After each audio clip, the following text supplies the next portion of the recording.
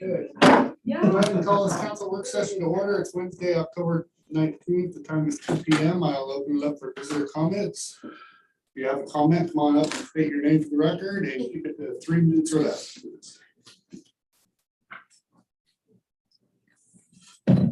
So, Halloween Town has been going really well, just by me observing. I think it's so fascinating to me about how many, oh, I forgot to state my name, Brady.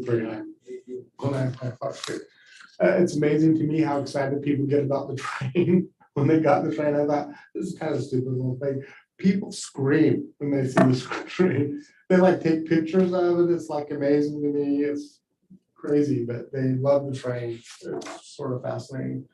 I also want to thank the Public Works, who's not here, for fixing the hedge next to my house. It was like really fast and it worked. And it's like now you can see, and it just so happened that the day after they had it trimmed, the hedge, my neighbor put up a meter that used to be there, and he said he did it because he almost got hit by a bus too, but now they fixed the hedge, so I really appreciate your quick response from your Public Works Department, and that you took care of that. I was very appreciative. The complaint I have is about your plans to move forward with waterfront development. I totally agree with waterfront development. I like your plans for the waterfront development. But I think that at this point in time, considering your let's just say your lack of faith in your financial forecasts from your previous finance director, for you to spend any money at this point in time until you have a better understanding of where your finances are is a mistake.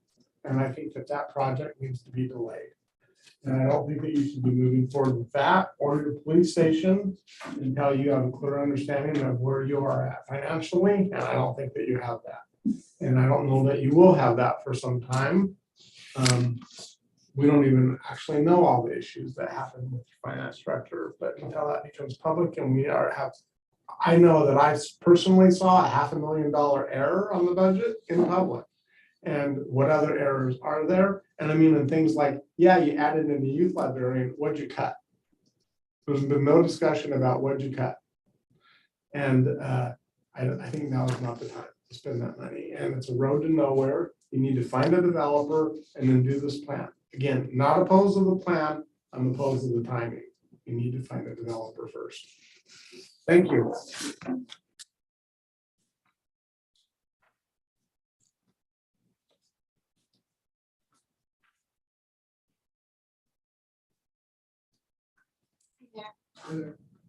My name is Lori Armstrong, and I'm a citizen of Nines.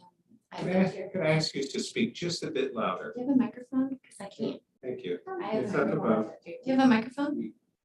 Filter, see, it's up above. Did you turn it up? Can you turn it up? That helps. I Thank you. will try, okay? Thank you. That helps a lot. Okay. So I've lived in St. Helens for 52 years. I'm a citizen of St. Helens. I'm a voter. Okay. I'm actually gonna share with you just my observations of some of the chaos that I've noticed and observed about Halloween Town. Also in the guise of fun, maybe to help you guys be more aware of the dark vein that's trying to come in as well. Okay? Because, I mean, face it, Halloween is Satan's holiday, right? We're celebrating death, we're celebrating fear, and we're celebrating darkness, right? What I have a problem with is, I only have 3 minutes, so I'm trying to get it all in because I had a lot to say. So, in response to the chaos that I've seen, I almost got hit in the middle of a crosswalk from a driver that was distracted, didn't know where he was going. I literally had to stop in the middle of the crosswalk because he was not watching. And, I'm seeing 2nd Street as you go up the hill, past where I live up on uphill, as kind of a route for people to take. And I'm walking my dog at night when I should be able to enjoy not feeling like I'm gonna get hit by a car with, traffic constantly coming and going, not knowing where they're going. Okay, so that's a concern as well. So the spiritual side of things, I want to hopefully make you guys aware, of a dark vein that is coming into St. Helens. It's attracting more evil. There is evil. And, I just hope you guys are aware of that. And it is concerning to me because I care about my city. I know the devil has a plan for this city just like God does. God has a plan for this city. And his plan is not Halloween Town. And if it's to bring business in for the businesses, that's ridiculous, okay? And the reason I say that is if you have good food and good customer service, you're gonna get repeat customers over and over again. You don't need Halloween Town. And you don't need people coming from everywhere outside of our state, outside of, this city. So I guess my time's up, but there's hardly anybody here. So would you give me more time to speak? I'll give you a couple more minutes. Okay, thank you. So this dark vein is attracting witches, warlocks, people that don't have the best interest at heart. Yes, there's people, a majority of the people that are coming here with a good heart, right? They're coming here to have fun. And I'm not against that, but I do know there is an evil, focus from people that it's attracting. I walked down, took my dog for a walk. I noticed coming from certain businesses in the town, they have an agenda. It's attracting business owners that don't have, the best interest of this city or this county at heart. They have an evil agenda. Okay, I walked down. I was listening to some music. It was a low frequency, dark music that was being played, and the Lord showed me that music was to put the people to sleep so that they can't fight for what is right. I love my city. I love the people in the city. The Lord says that people perish for lack of understanding. They don't have an understanding of the dark vein that is coming into this city in the guise of fun. And what upsets me too is, you guys, second week into September, you're already planning for this holiday to celebrate the spirit of holiday and advertise all over, the world basically. And then it's 2 weeks after that you guys are cleaning it up. And then the focus on Christmas is so materialized, you can't even celebrate Jesus. You can't celebrate him. And the Lord showed me that music that was being played is just like the doctrines in the churches that are putting their people to sleep to not stand up for what is right. Well, I know business owners, I know people in this city that do want what is right, that want God's agenda. So I would like to see Halloween Town dropped completely. And that totem pole that's standing out there represents a principality. It needs to be rolled into the river and sunk at the bottom and let it rot, because you're bringing in more demonic activity into the city. And if you want to know more, talk to me. I have revelations. I'm a ruling and reigning Christian from heaven above. In fact, there's a cloud of witnesses right now watching me stand up for what is right. And I've got people praying for me because they want what's right. You don't understand the vein that is coming in. It's going to hurt our county more. Okay? We already have enough, crime. We already have enough, addiction. We already have enough crazy crap going on in this world. We don't need to invite more in the guise of Halloween Town. So you guys don't work for the businesses. You work for we the people. And I'm one of those people, and I have a voice. Okay? Thank you. Thank you, Laura. Okay, other visitor comments? Do we have anything online? Okay. Let's go on to our first item on the agenda, which is a presentation by Strategic Medical Group for broadband survey results. Michael Curry, is he on coming via Zoom? Yes. Yes, I am, everyone. There he is. Hey, Can you all hear me? you can, Michael. I'm well. It's been maybe almost a year since we last spoke, but well, how are you doing? Good. Thank you. Okay. I have a presentation. I'm wondering if I can be enabled to share my screen. We're actually getting ready to do that right now. Perfect.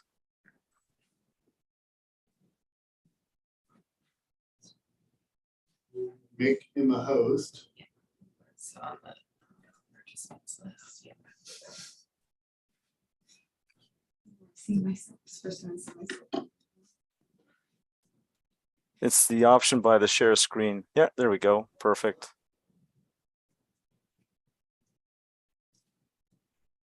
All right. Can everyone see my screen there? Yes, we can. Okay, thanks. Well, I think I've got 20 minutes or 30 minutes for this. I don't want to speak the full. I want to leave some time for question and answers. So I just want to confirm on timing. What is the time we have available for this presentation today? Let's just do 20 and we'll Okay. follow up with some questions. Okay, I'll try to keep it less than that because I certainly understand how this stuff can be pretty heavy. This presentation will be made available to you so you can look at the details. I just want to speak to the key points of what we've been doing and some of the key findings. And so in terms of the agenda items for today, over the research of the last 2 years, our findings are there's a case to move forward for digital infrastructure for St. Helens. And it's really for council then to look at, the next steps of, the engineering, network costing, explore the funding options. There's tremendous amounts of federal funds that the state is going to be administering, and there's also private available. And then also there's partnership opportunities, local stakeholders, providers, to help, solve, the gaps that we've identified in St. Helens. Does anyone else have any agenda items or things that, think should be discussed at this point? Okay. Go ahead. All right. And if there are any questions, please, feel free to jump in and let me know. So we've been working 2 years now with St. Helens. Back in 2020 when we first connected, St. Helens recognized the need for digital infrastructure, broadband, and the question that local service providers weren't providing the residents and businesses the reliable and robust broadband that they needed. And the goal was to have digital infrastructure that was future proof. So we were engaged in fall 2020 to assess the demands. We took a broader view, Scappoose and Columbia City, I think it was, looking at them together. And I think a number of you participated in that digital needs and readiness assessment on what are the priorities, what are the needs for the community, and some questions about the broadband readiness to start an initiative. It was decided that St. Helens was ready, but the other two communities adjacent were not on the same page. So we conducted that assessment. There was consensus across the leadership of St. Helens that broadband was the number one priority. That the St. Helens was underserved, and speed and value was fair, leaning towards poor. So there were some gaps that the leadership saw, and there was a decision to move forward. So in 2021, we conducted an economic case analysis, essentially for the costs of a network. In this case, we looked at the municipal network, connect municipal facilities. Would this pay for itself? And then in 2021-22, we conducted the broadband impact and market assessment, which I'll just go over quickly with you. There's a lot here. I'm not going to go through all of it, but essentially the key findings were that to connect each of the municipal facilities would be about just under 1.4 million. This would actually be paid off, could be financed over 20 years, and with the cost savings of just over $100,000 per year from the municipal locations only. That does not include the schools or other community anchor institutions. So essentially, this was over a 20-year period at 4% financing, a net cost that is neutral to St. Helens. There is, the other tangible benefits that this can provide digital infrastructure to the providers who may have some capital costs that were too high for them to invest in certain neighborhoods. And then there's the cost of inaction, that without that, how can we, improve the delivery of services to the benefits of citizens and businesses, offering competitive tax rates, especially with so many telecommuters, and addressing there's some significant digital divides and improving the community's quality of life. So, key things for digital inclusion, which a lot of funding is now also becoming available to address those gaps. I'll pause there. Does anyone have any questions on that? Hearing none, I'll move on to what we did between October 2021 and May 2022, where we conducted the Broadband Impact Market Assessment, which was really to go out to all the businesses and residents and organizations across St. Helens. You may have heard about it. It was endorsed by a number of you. I had some great partnerships and support for people to take this e-checkup. There's one for businesses, one for households. And it's really about how are you connected, how are you using that connection, and how are you benefiting from that connection. It is long. We know that, we admit that, we put that right up front, but it's critical information, so we can not only say, what are about the connectivity, but what are people doing online. We reckon it to like a doctor's checkup. Yes, you spend an hour and a half annually to see the doctor, everything okay. This is your online health checkup for your household or for your business and organization. And it's really about having your voice heard about broadband. Are you getting what you need? Paul Vogel give us some really great help with the Columbia Economic Development. One of the points he raises, if you don't do this, we don't need you. We don't know you need internet.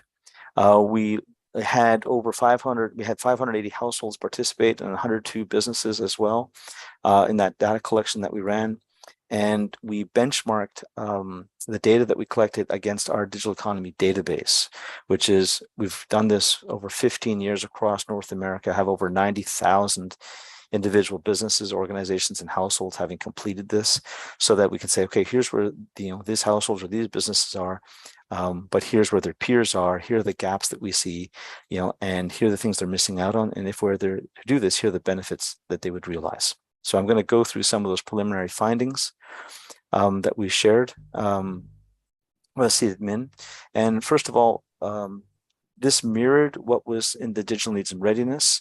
On what are the priority goals for future community vitality. We did this for households and for businesses.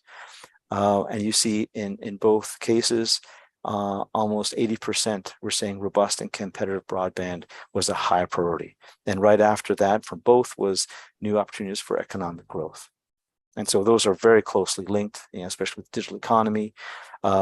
Remote health services, smart community services, new ways of working together for households, and then for businesses, new ways of working together, smart community services, also remote health. So, there's a lot of consistency there. People are in alignment, and it's a high priority. And all of those things are enabled by reliable, high capacity broadband. I'll pause there. Any questions on this at this point? So I'll move on. In terms of the actual connectivity that we found, half of the households and businesses have cable, and cable is can support that 100 megabits per second down and 20 megabits per second up. So this is technology that can service the needs currently and for the next number of years. Fiber, though, connectivity was pretty low, under 5% for households and businesses, 4.2 and 4.9%. The thing that we thought was really interesting was that 40% of households and 44% of businesses had what we call not future-proof technology, DSL, fixed wireless, satellite, and mobile wireless, as well as other. Sometimes it could be T1, so forth. This cannot support what we call, when we did the State of Oregon Broadband study back in 2020, we defined future-ready broadband as 100 megabits per second down and 100 megabits per second upload. And so those technologies are not able to do that. So, and especially with less than 5% using fiber, there are some gaps. And in terms of what the households and businesses are paying, most households are spending between $100 and $150 a month, and businesses over a third are spending over $200 a month. So there's some high costs here. There's some actual really low costs here, and maybe that's why we see some of those other services that people are on, but they're not at those lower costs and those lower speeds. They're not really able to participate on, e-health, e-learning, smart community services or conducting business online. I'll pause again right now. Are there any questions at this point? Okay, hearing none, I'll continue. In terms of what people are looking for when they choose broadband service, and this is consistent across all the projects we've done. We've done 10 statewide broadband assessments in the US, a number of communities and regions, and reliability and is number one. That when you're on, that you don't have that spinning wheel or jar when you're doing a Zoom meeting, or just dropping off. Reliability is critical. Speed, obviously, a factor. As well as affordability, for some individuals. But the more people are online, the more they realize the value, and reliability is quite critical. In terms of we asked them the demand for better broadband.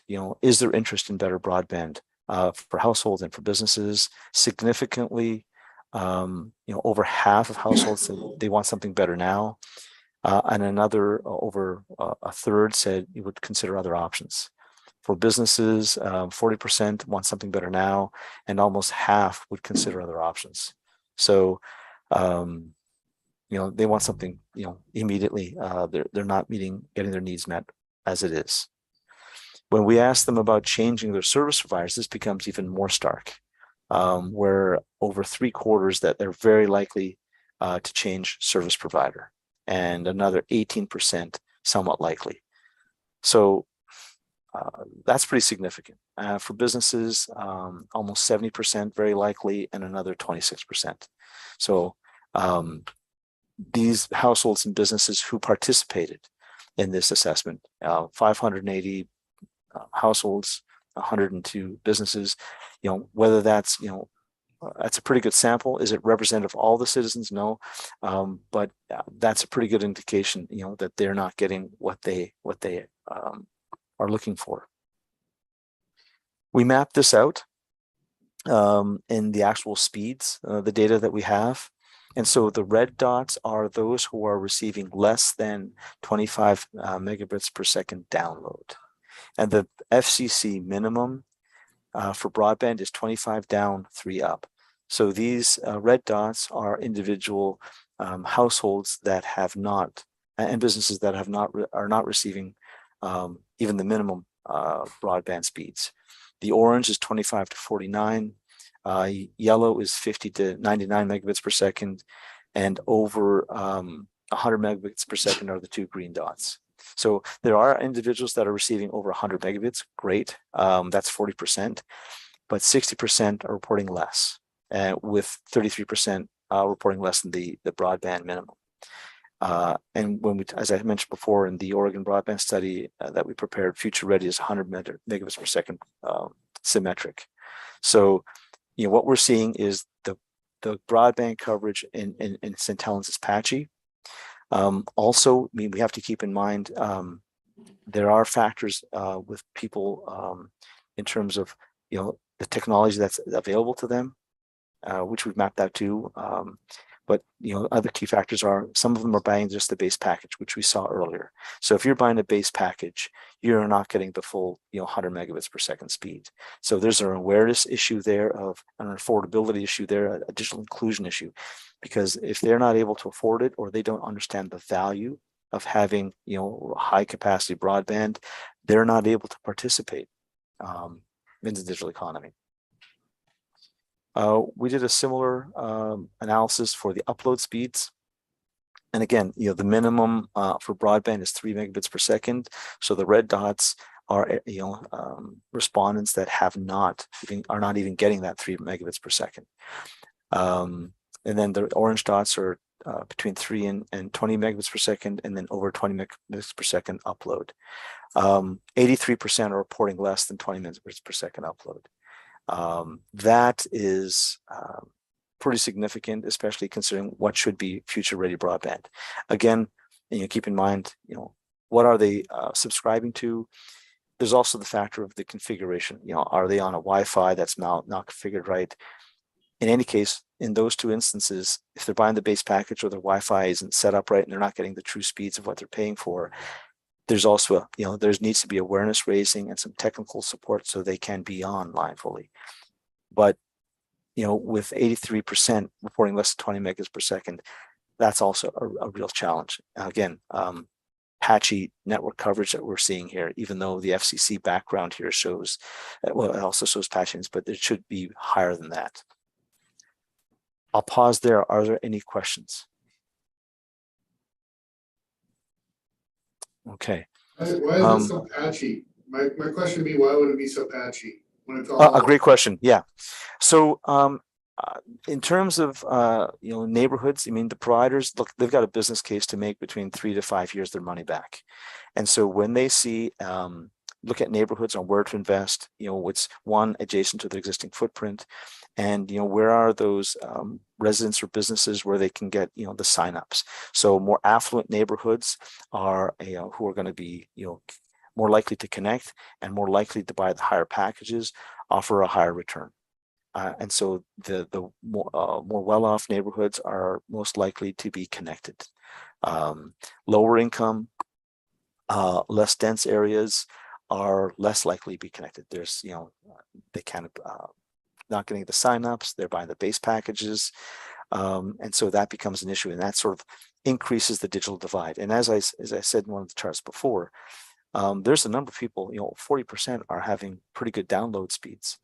And cable is to half of the respondents, which is decent connectivity, but 20% to 30% of the respondents that we have, and we think that's representative of the community, are not able to access that robust broadband. And so it's because of those lower income neighborhoods. We can look into those further, but your neighborhoods better than us on where they are, and the social and the demographics of that. Does that answer your question? Does that make sense? Yeah, it does. Okay. So I have lots more data that we can go to, but I didn't want to take too much more time. And so really the council decisions are, do you agree, that there's a case to make forward for looking at digital infrastructure? If yes, it's a time to look at the engineering network costing, exploring those funding options. There's public and private investment too. And it's nice to have that combination of the two, because the private allows you to have some flexibility on where to build, especially when there's overbuilds. And the public, there's billions that's coming down through the BEAD and ARPA that are available, which the state is going to be administering. We estimated the cost for the core network just for the municipal locations was about 1.4 million, which we paid off. It's net neutral, cost neutral to the municipality. And then there's funding investment to connect the schools and what we would recommend fiber to the premise to those households and businesses in those unserved and underserved areas. That's something that we can existing providers who's there. What have they got? What are their expansion plans? We're doing that similar work in other jurisdictions, but having that middle mile infrastructure that can bridge that capital expenditure cost to those areas makes it much easier for providers to go in. And then partnership opportunities are really important to address the digital inclusion, because those people who are lower income, those people who don't know what they don't know essentially about broadband, how to access e-health, online learning, how to even access the American Connectivity Program, which actually subsidizes your broadband connection. So it's taking $30 off what you're paying. In some cases, people are getting up with their broadband for free because of special packages. There's takes some technical to actually sign up for that, and people are having challenges with that. So helping people with that. United Way, other stakeholder organizations in the community can really help. Connect with those people, identify their needs, and address them. I'll actually go to a slide here that talks about that, because there's 4 elements to digital equity and inclusion, and digital inclusion is being more and more something people are aware of and is now being funded. So availability, having that broadband 100 down, 20 up, access that people have, are able to pay for it, have the devices, computers or smartphones or tablets to access it, and are able to go to those places where they can sit down and use a computer, and well as have some technical support. The adoption is that, that we're having the skills and the progression to having, first of all, being aware of what's possible online. Hey, I could have a job and advertise my services and supplement my income. So, that, breaks some families out over the poverty line. That they're aware of it, that it's relevant to their needs, that they're aware of the how to manage that, the consumer safety issues, that they have the technical skills and the digital literacy, and then support to take advantage of healthcare. Hey, can you help me set up my aging in place? Can you help me set up my website for my small business that I'm running here, or help my kids learn from home?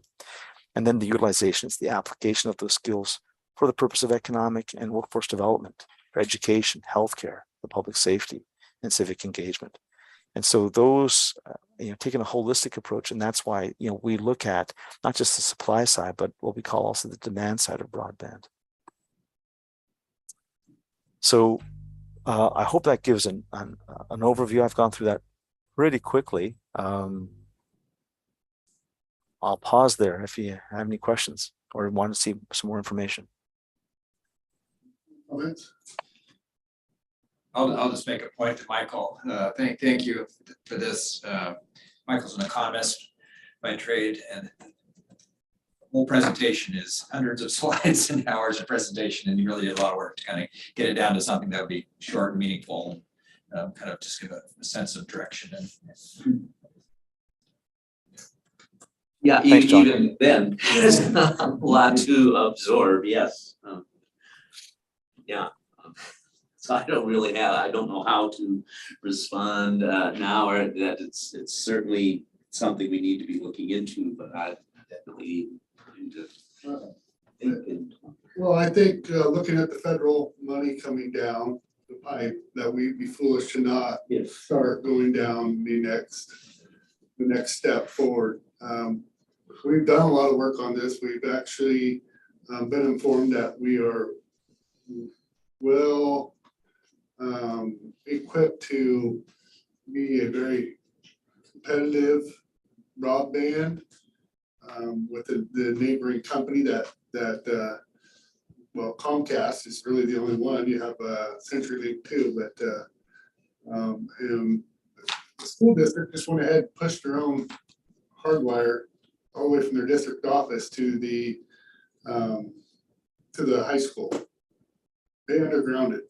They just got tired of it. So I know that with the ARPA funds that are available, it would be foolish for us not to be moving this forward in preparation for that. I think one of the things that I would like to see is maybe what other cities are doing that may be a couple steps ahead of us. So we can kind of see what those steps might look like. That city would be Sandy, for sure. What they've done is they put their own cable, however, and went beyond with this issue. But many cities around that size are independent and have their own system. And it $35, $40, I know, I sat on the Lake of Oregon Cities committee on broadband about 6 years ago. And it was well represented from cities that had laid their own cable, and everyone's getting what they wanted from Comcast, same kind of services for like $25, $30 a month. And I know Sandy was one of those. So being independent that way is I think, very, very effective way to look at what we can do. If I can add into that, the conversation, there's a whole spectrum of what's possible. I mean, Sandy is a great success story. They had Jeremy, I can't say his last name, Pritzker, who had the technology experience and could set that up. Great success story. In terms of the options, I mean, there's from, where the community, the city or the region, has a partnership with a provider and subsidizes them, all the way to the city becomes, like Sandy, not only the owner of the network, operator of it, but also the service provider.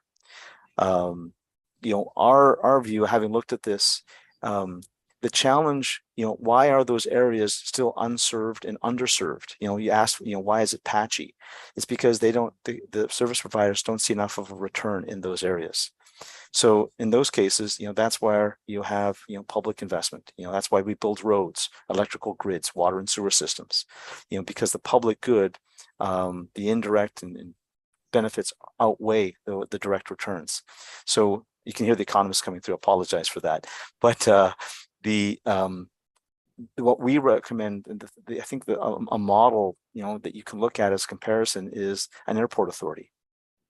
United, Alaska, they don't own their airports. It's the community that owns the airport. They have someone operate the airport, and each of the airlines can then rent out as many gates as they want, based on the certain pricing, but everyone gets the same prices for basically the number of flights and services that they want to provide. More and more of the communities, and there's still different models within that, but having the community own its own roads, own its own digital roads, we think is critically important, so that they can ensure if there's a provider who wants to come in, that, okay, we have now provided you access, not just to the street, but also to the premise, because any provider that owns that last connection to the household essentially has a monopoly connection to that household. So there's limiting competition. There's no competition. It's that one provider. As an economist, philosophically, I'm against having public subsidies to one provider, one business entity over another. You want to create an even playing field, like an airport authority. Everyone can join in, and the consumer has a choice, which then makes sure that you have good service, competitive prices. So for those areas that are unserved, underserved, you get that digital infrastructure into the premise. For those areas that have good service, there can be nodes there that can the providers who are looking to expand and upgrade their services can use that middle mile, and that's a huge benefit. And that's part of the negotiations and discussions that can be had with providers. Use them as partners in this process, because the work that we're doing in a number of other jurisdictions, working in Jefferson County, we are actually uncovering unserved markets within served areas and unserved areas that flew under their radar. And so those are opportunities. And with the data that we have here, not only can we show the providers, here's, look, where can you expand to, areas that you didn't realize were demand, not just for better service, but all these e-health and other services, but also for those areas that still remain unserved or underserved. The data that we've, collected on your behalf for this project can be used to make a very strong competitive bid for those federal and state funds that are becoming available. Councillor Chilton certainly raises a good point in looking at other cities that have gone forward with this, and I certainly like to see our staff work forward and doing that research. So one question I do have, so if this is asking to be underground, under the streets, we're not, right? So in view of what we're doing on our street development, are we putting with our infrastructure, having capacity that if we should decide to go with this, we can install things without having to dig up again, tear up the new streets? I found that too. We could definitely throw some conduit. The answer is yes. Yeah, we are intending to, when we do the undergrounding, that there will be. And it's not, the entire system doesn't need to be underground. Sure, Those areas but- that are underground, Right. this wouldn't be able, and this would also be underground. Yeah, so, okay, so yeah, just so that. Extra So conduits. anybody watching, we actually had kind of a setup of a hardwire and a hybrid, kind of a hardwire and wireless that would serve the city. And we can go a number of routes. If we choose to go differently, we can, but that was what was looking like the best thing for our buck at the time. Sure. The CRPUD has to be very much involved in all this process, whether they switch to underground vaults with all their, with their wiring, what their situation is. Can they can we utilize the poles that they, that they utilize? I mean, what does all this mean? And I know CRPUD is, it can basically, that would be a first stop for us to see, what can happen. Right. That's, Yeah. to me, that's very important. And if it is a hub in our city, how far out could it go? So a question for you, Michael, being an economist. The ARPA funding is really boosted up because of COVID and the lack of services in rural America. How do we fit in that radar with what you've seen and the service that is currently here? Do we meet a lot of that criteria? I mean, I'm sure it's going to be, some of that's going to be criteria based. Absolutely. Well, I know for the BEAD funding and the upcoming, there's also a digital equity program that's coming in. That St. Helens, is eligible. Being able to show that we have areas that are unserved and underserved, not getting the 25-3. The details of the ARPA, we can get back to you on that, how they apply to St. Helens, but also the upcoming BEAD. Daniel Holbrook with the Oregon State, they're working through all those details right now. But with the data that we have, we can make a strong case. I mean, no one else has this level of detail except Jefferson and Hermiston, who we're also working with, that in terms of making that case of identifying not just the gaps, but specifically, what are the things that they can then be doing online and showing those economic benefits and community benefits, those quality of life benefits. So it says, yeah, here's the money that we need. Here's how we would spend it to connectivity and digital inclusion. And here are the expected benefits from that. Well, those three cities could be pilot cities for what the ARPA funds could do, because they could be jump started and really put in quick. And showcases. Digital Yeah. inclusion funds that we might see. Yep. I mean- Definitely would like to have you back with John here and next step forward and have you back, okay? Real soon. Sounds good. All right, Michael. Well, thanks, everyone. Yeah. Bye for now.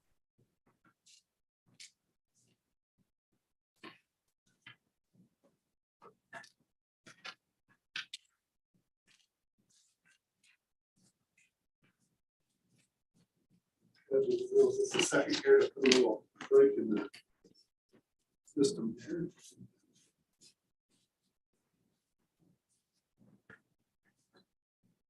Standard.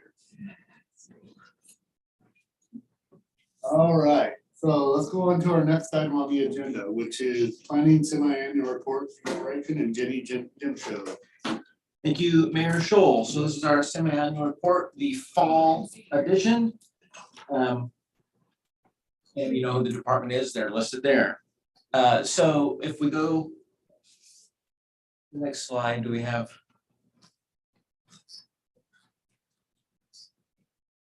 Who's operating? Working on it. You want to go to slide 2. Oh, I think we skipped, there we go. Oh, It okay. looks similar. All right, so we have a few categories. The first one is project management and things like that. And so the next number of slides, Jenny will present to you. Great. So as you all know, we're working on phase 1 design and engineering of our St. Helens Industrial Business Park, former Boise White Paper Mill.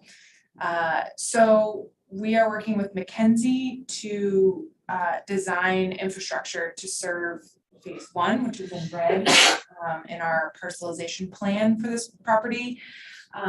Last week, we had a pre-application meeting with PGE focused on their new substation. As you all know, they're trying to update and basically increase the size and footprint of that substation to improve safety and be able to serve multiple industrial users on the site. So that was a really informative and useful meeting last week with them. There's going to be multiple land use applications needed to establish the new substation use and also deal with the impacts to the mill site in their parking. And if, well, I guess it doesn't really matter too much. It's going to hover over the area of the substation, but there's some surrounding impacts when they increase the size of the substation to the parking lot and also kind of the storage area. It's the little red square. Yeah, Kind of out of place there. Yes. Right there, yeah, perfect, Crystal. And it kind of expands northward and southward, and so we're finagling what that footprint looks like and moving that part forward. I've also been assisting John with the Riverwalk Phase 1 design. We're moving into 90%. This also includes the Columbia View Park expansion area, which includes a new playground, and that will be funded in part by park system development charges, which have been allocated in the next budget. During this last reporting period, John and I met with the county commissioners to confirm that the Riverwalk can connect to the asphalt walkway that they have on their property in front of the parking lot there. And we've also been in conversations with NOAA because they have a tide house, that's what they call it, a tide house station there. And they also have some operations in the Warrior Rock Lighthouse replica. And we want to put our path on the riverside of those facilities. And so making sure that we're not impacting any of their operations of those facilities. So really, you know, Riverwalk Phase 1, it's getting down to the really detailed portions of the project. This image is of the railing. So I know it's really small, but you can kind of see the different railing types that we're having. I just put this in here as an example of the types of things now that we're getting into. The details. Yeah, lighting examples, you know, sourcing specs for lighting. So the concepts are remaining the same in the project. It's just we're nailing down the specifics. So that's moving forward. So I do have a bit of an update with this project in terms of our funding source. It's kind of backing up. I have in bold here, it's the Buy America waiver request or compliance. So one of our funders, the OPRD Land and Water Conservation Fund grant, the contract itself was just approved last month.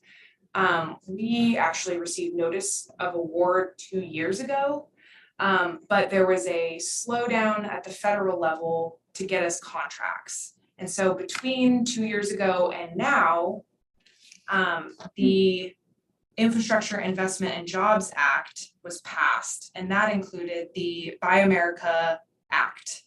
And so what that means is that any project that's receiving federal assistance has that uses iron, steel, manufactured products, and construction materials has to be produced in the United States. So our grant funder is requiring that steel, manufactured products, and construction materials be domestically sourced. We didn't know that when we got the award. And so now, tonight, you'll see a contract with Mayor Reed for an amendment of their design services to include that additional work. So what is that additional work? Well, we either need to apply for a waiver, which would exempt us from those requirements, or we could comply with the requirements and any contractor who bids on this project needs to know how they can source all of these domestically sourced materials. So I'm leery of that because of just the products times. available. Yeah, we're hearing that there's Available. big lead times on domestically produced steel. There's what? You said? Lead times, long lead times for steel that's produced, and then also the cost implications of that. So we kind of have two options, right? To comply or apply for this waiver. So the waiver, we think we can demonstrate that our costs will increase by more than 25% if we're subject to these requirements. And so if we can document that and show that to the feds, they have, you know, the authority to grant us a waiver for this project alone. So Mayor Reed is going to assist with that application process for a waiver. And if we're unsuccessful with getting a waiver, or Mayor Reed says, well, we actually don't think the costs are going to be more than 25% over, then they will have set the groundwork for a future contractor to source all of the materials domestically. So, you know, whether we have to comply or whether we're successful with the waiver, the work that they're assisting us with will be used. So it's not just work for naught. And so that contract is on for tonight. It's about $30,000. I think it's $30,000 well spent because we have to comply. You know, our funder is going to require it. And it also takes the guesswork out. So say we didn't do this work and we're outbidding the project, a contractor is going to say, oh, I have to domestically source all this stuff. I'm just going to apply a huge contingency to my bid so that they can accommodate this unknown domestically sourced requirement. So this work that Mayor Reed's going to help with will take the guesswork out of it for them. There'll be a roadmap for them to say, okay, I can get this here, I can get this here. You know, they'll do all of that legwork. But for future projects, the bidder would still have to do that legwork, right? Yeah, but we're just doing some of the research ahead of time. But Yeah. that wouldn't be a normal thing that we would do. Yeah, so this is coming up now because it's a federally sourced or funded project, the Land and Water Conservation Grant Funds. Well, I'm just saying, like, so in this case, we're doing that because we are trying to, you know, hit the ground running. But if we have other federally, you know, funded projects, we would not be doing that groundwork for the bidder, right? They would go out and they would figure out how they would come up with the resources. Yeah, I think this is just a more cost-effective way at this point in the game. Yeah, I get what you're saying. We could just put it on them This is a special case scenario because it's kind of got put on us last minute. retroactively. Yeah, that's Pretty why. much. I mean, And I'm just clarifying that we wouldn't do that And normally. it's may not a practice. federal grant. yeah, and we also may have designed the project differently if we had known on the front end that this requirement was gonna put down on this, but we Mhm. basically got told this at 60% design. And that does make sense. Yeah, yeah. The other thing to note is that this is only the Riverwalk. So there's a red line on this slide that just shows everything waterward of that line is what is subject to these requirements. OPRD is not funding the stage, they're not funding the playground. That's park SDCs. So at this point, that's what we're assuming. We hope that we don't get different guidance from the state and the feds otherwise. But right now, this is the best guidance we have. So learning a lot about this Buy America program.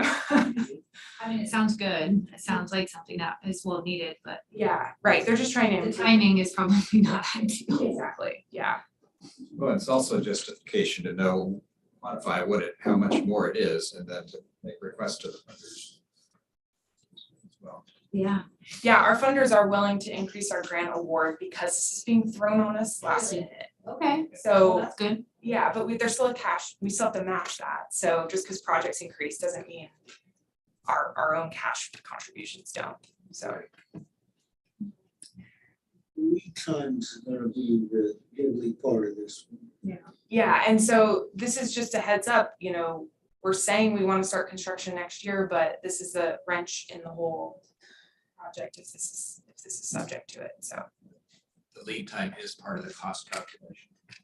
We're gonna get it, value and things increase. And we're already having supply and demand issues, you know, When so. you look at some of the electrical components going into UMIC and other places, you can get the box with the stuff that goes into it. It's got a 2-year lead. And that's fluid. Yeah, those soft costs are included in some of these What I'm accounts. saying is the definiteness that supply time is that number Yeah. is not hard. So moving on to other projects, this is the last time you'll see this slide. We got administrative closeout issued by our CDBG grant coordinator, which is great. We paid our final retainage to JH Kelly, and this project is now done. So we can look at other CDBG projects now. So next one, okay, so other projects. The top one is the loan program. Obviously, we are funding our streets and utilities project with this special public works loan program. I've been working with the project team, Mohammed, Sharon, and Rachel and Crystal to plan our outreach to communicate construction impacts to business owners and residents. We also have a new newsletter, sign up. Yeah. The Marine Board, so this is the technical assistance grant for Great Cliffs in-water facility design. This project is on hold until the state hires their environmental coordinator, permit tech. Will we see the same requirements on that? That's a great question. I don't know if their funds are federal. It could just be state. It's anything that federal funding is. Right, that's what made me think of that project. Yeah. So could you just speak on what that is for people just listening in of what it is? Yeah, so in Great Cliffs, currently you can use that park for kayak or canoe, non-motorized launch. We would love to have an actual in-water facility in that park, so that would be a floating dock and ramp down to the dock where you could more easily get your kayak or canoe into the water. And then that dock, with this program, they also have a fishing component, so we can have anglers fish off of an in-water. Handicap anglers. Yep. Handicap anglers. That's the huge part of it right there. And OSMB, the Marine Board, has a program that will fund the design entirely. So that's what we're trying to do. And permitting, which is a huge part of it. The last bullet point here, Campbell Park Sports Court project, also the last time you'll see this, the state closed this project out and we received our full reimbursement there. City engineering is working on a plan to detain the stormwater underground instead of above ground, which is what we were originally gonna do. We were gonna have sort of a stormwater retention area where the water would just settle. Alex has been working on an underground detention chamber.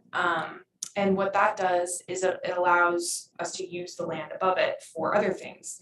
Parks and Rec, Shauna has expressed a desire to add play equipment near the sports courts and get them out from the shadows. And so the area that's most visible is less likely to have vandalism, which is a problem out at Campbell Park. And so if we detain the water underground, perhaps that land could be used for a new playground. And so that's on here because I may be involved in writing another grant for that. And so that's just something to think about in the future. Also, not on that slide, I forgot, the ODOT Community Paths Program, that's a regional trails program that wants to fund projects that connect communities no further than 15 miles apart. A couple of years ago, we applied for a grant to study a trail between Scappoose and St. Helens. So that would be a multi-use path, non-motorized, just be bikes and pedestrians. That grant program opens November 1st and closes on January 31st. So I think we're a really good candidate for this program. They over doubled the funding available for it. So we were unsuccessful last time when we applied. We were just under the funding cutoff. But because they're increasing the program's funding, we're gonna reapply and I feel pretty good that we would get it if we applied. So that'll require participation from the county and SCAPUS. It also requires a cash match of 10% upfront. So if we think that studying the trail concept between St. Helens and SCAPUS will cost about $300,000, we would just need to contribute about $30,000. And maybe our project partners could help with that contribution, but I think that's a really good, you know, we say 10%, and we get a $300,000 deliverable. So I will, you know, with council's blessing, be applying for that program. I think John has mentioned that in his department reports too. Other project management support, so the Safe Routes to School grant, this is the Columbia Boulevard sidewalks from the new sidewalks at Gable all the way to Sykes to the elementary school. We've extended our grant deadline to February 2024 for this. We had 95% design, and those cost estimates came back at 3 times our original budget. That's no surprise. Concrete costs have gone through the roof. So engineering department, Sharon, is working to lower the costs and locate additional local funds to cover the increased costs so that we can even do the project. She's looking at maybe the county contributing a little bit more, and then using some street system development charges to help cover the overage. So that's just an update there. Other planning department report support. So this last reporting period, several of our PC members and I attended a planning commissioner training, and we went over ethics and biases and conflicts of interest. Both commissioners who attended said it was incredibly helpful, and I will keep an eye out because we have a few commissioners whose terms are up, and these trainings, I think, are crucial for them to be able to make wise decisions in their meetings. So I'll keep an eye on those. We, as a planning department, attended multiple meet and greets over the last period. So I met the new Main Street Alliance Executive Director, Amara. We met the Northwest Housing Authority Executive Director, Alyssa. Met on site and talked about a couple other projects that they're working on. And then Rachel also organized a Oregon partner tour of the waterfront site with DEQ, Oregon Business Development Department, DLCD, including our loan officer, which is great. She saw the site, got to see how important this project is. And so I just sort of putting these in. There was a lot of shaking hands this last reporting period. I'm gonna just keep these slides in every planning department report because it could change, but there were no urban renewal meetings in the last 6 months, so not a lot of support there. As a reminder, in April, we did the IGA between City Council and the Urban Renewal Agency to cover our loan expenses. So that money is earmarked. I know Brady had some public comments about that, but we have a funding source for that loan. So that's just a reminder. Next, I think is Jacob. All All right, right. so continuing with projects. Can I ask a quick question having to do with the industrial site? We want a marketing study on what companies would come with the sewer plant, the deficiency of the waterfronts, contamination, and the overall geology of that site. I don't think the city has conducted a market study for that site in some time. If we have, it's out of date. Am I right there, John? I don't think we've done, yeah.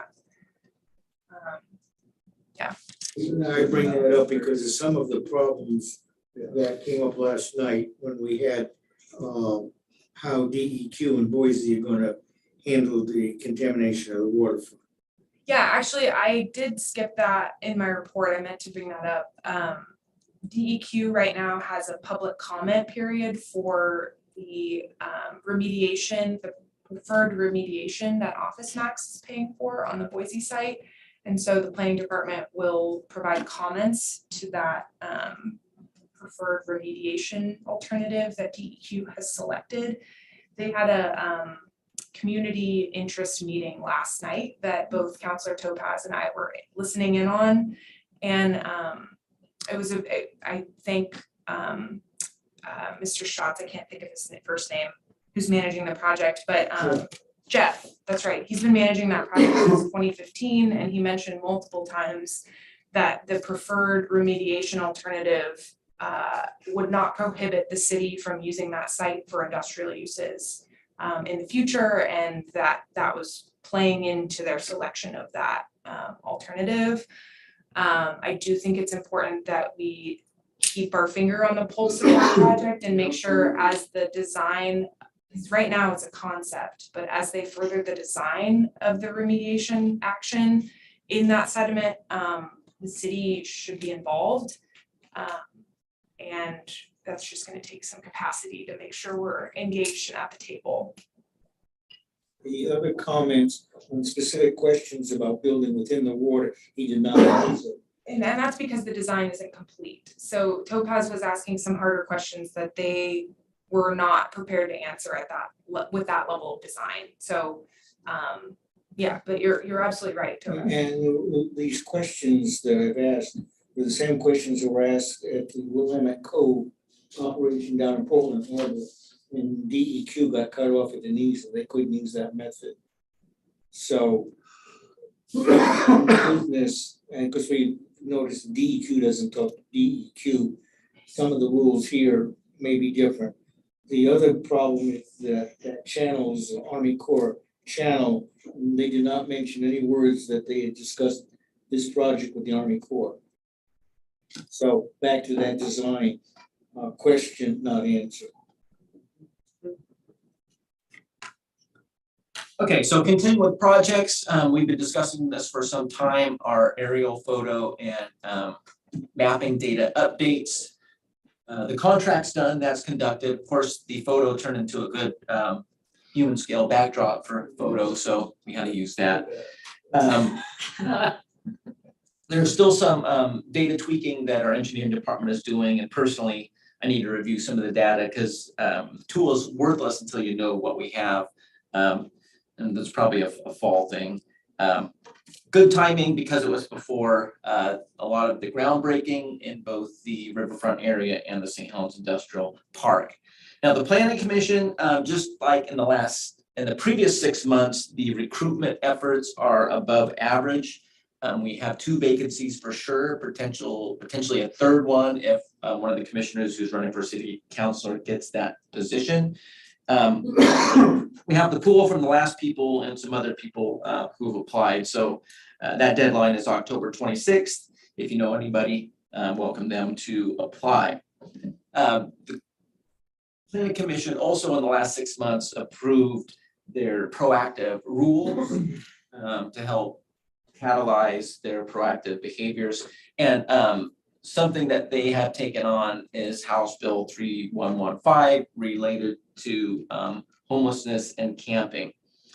And this is a priority for the League of Oregon Cities. Mayor, you may have received an email from them very recently about how the city wants to see funding used for that. Just in a nutshell, the homeless rules, and it's not just the House bill, there's decisions from the Ninth Circuit Court.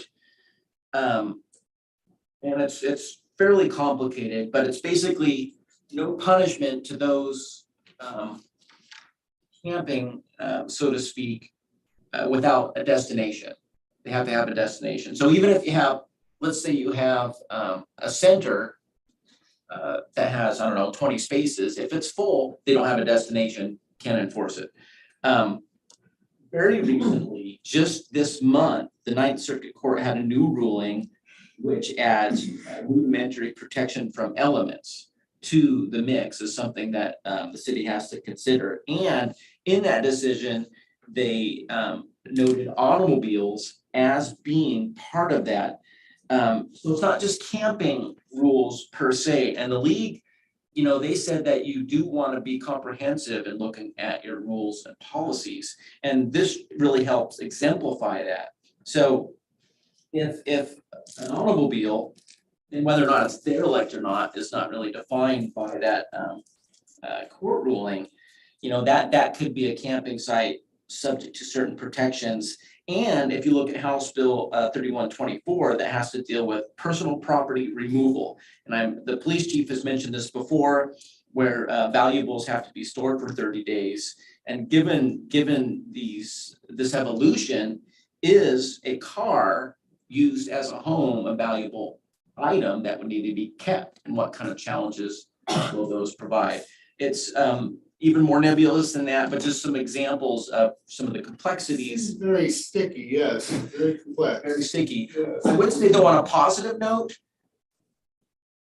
we have a lot of our open space woodlands, which have kind of worked pretty well. We don't have the same issue that a lot of the coastal communities have. Some of them are smaller than us. So that's the planning commission stuff. If we go to the next slide. The Millard Road property. So this is something that we've been talking about for some time. It started back in 2009. And this is the agreement for Chase Road access. And you can see the little yellow line, that's the easement area of question. It was in 2009, it was good for a certain amount of years. We extended it for 2 years. And that 2-year extension terminated in March. And I've been communicating with the grantor, and they say they're still okay with extending it, but they don't seem terribly motivated. It's possible the ship has sailed. Luckily, the utility easement is still there. This has to do with access. The significance of that is this is a pretty large site. If developed like a single family subdivision, the amount of lots would certainly trigger the need for sprinkler systems to be installed in each dwelling without a second access. And you can, easement can still be negotiated, but without that, the other second access. I thought we had that ironed out though, as far as like, as long as we didn't put a park, which we were saying was gonna be a third of an acre or a third of that there. Cause she was not okay with that. And that would define why we needed that access too. If we just even put a parking lot there, gravel parking lot, we'd been able to cut that in and actually legitimately get away with that. Yes, because it's just the middle of a development proposal right. to vest it. That's right. But right now, it's passed. It expired in March, and whether or not they'll sign it, I don't So know. one of those things that should be brought to our attention as a council. Yeah, Or it's, expired. Yes, before. We gotta have that second road. I think that's pivotal. And you know, I'm the one who actually followed this very closely. Sufficient if there's- Yeah, we I talked don't about accept that it went this passed without the acknowledgement of that, so. I will do what I can to reach out to her to see about having her come to the council again, as long as we don't. Otherwise, yeah, that's just very, very frustrating. I thought we had this pretty much. we did. We had the 2-year extension, and then and the way it's written now is that it would just retroactively apply. Is the current document. So that's Chase. That would still apply. Yeah, it would just apply to March. So let's say if it was signed today, it would be 2 years starting from March. So we just need her to sign it? We need an Yes. extension. Yes. For her, It's yes, Cameron. okay, yeah, it doesn't extend automatically. And then that will be extended for 2 more years. Yeah. Is there a way to make it more than 2 years? Depending, that has to do with negotiation with the grantor. If the grantor is okay with doing that, however, based on the discussions we've had, I would be suspect on that. Well, I would Okay. think that, you know, maybe this is an impact fee area, future development. Anyhow, What do you mean by that? like what we're doing up, Sykes, talk to our engineering. Oh, Millard Road is actually one of the properties that There's does capacity. not have that deficiency, that conveyance deficiency, and we're gonna talk about Well, that. I know of, we gotta look at the area as a whole. Yeah, given We the, need to start actually being proactive instead of reactive and be looking at those things. So I'm gonna lean on our engineering department and find that out later. They're busy right now. We need to approve for that grant to go ahead and go forward and find still something, John's report. Go forward with our sewer. I think From we DEQ. definitely need to figure out did. how to keep this access road. I did read your report about, building a bridge and all of that, and that's the way to go. I think it's not desirable, obviously, it's a backup plan for that, but, I definitely think we need to try to keep that access there. Yeah, so hope is not lost, and there's been an effort to keep it going. Jacob, what's the requirement, what kicks in a requirement for a second access? Well, it's not a mandated second access, it's whether or not a builder would want to deal with having to install a sprinkler system in each dwelling, which rises cost, complexity, and I think it's 30, but that's off the top of my head. I'd have to look at the fire code again to see what that number is. Because a number of the areas I've seen in this town, if they have a fire, getting fire equipment in and people out, you're not gonna do it. Which may be legally acceptable. The one place that I drove through the other day that scared me was the development beside the motor vehicle department. Theoretically, it's 2 axes, one's a gate, but if people come in and you have to put 2 engines in the way, you can't get people out. Plus, you've always got the people who are coming in to look at the fire. In case of disaster, the situation there is gonna wipe out a number of homes. Yeah, and that becomes a question, do you as a community look at your codes to make multiple accesses a more aggressive standard? That's, Is that a state or a city requirement? well, it would be the city if we were gonna have standards that were more explicit about the number. The driver I'm describing is the fire code. And who designs the fire code, city or is that state? State driven, I believe. So if it's deficient, we're stuck with it. Or can you expand on it? Well, basically, in this case, let's say the goal was, well, we really don't want someone to be burdened by installing sprinklers. And let's say Chase Road is out. Really, the only feasible alternative would be Maple Street to the north, which, I want you to check that out. There's a building getting ready to go in there. It looks like they're digging for a foundation. Have you guys submitted, has there been a permit submitted for that? Is it in the county? along Maple, It might be in the county. Right in line of that. yeah, there was, Directly in line of the road. there is a parcel up there where they raised a home to build a new one. We have a consent to annex for that. It's right by Randy May's old house. Exactly in line with where a bridge should go. But if it's in line where a bridge should go, I don't know, maybe we should look, because that sounds, It is. It is right in the street right away. Yeah, it's right there. It's right coming off of what would be a future street right away. Yep, that's something that I'd love you to look at, please. By the bridge. Know where a future bridge could go, because we, You know what bridge I'm talking about, though, that already connects across that creek?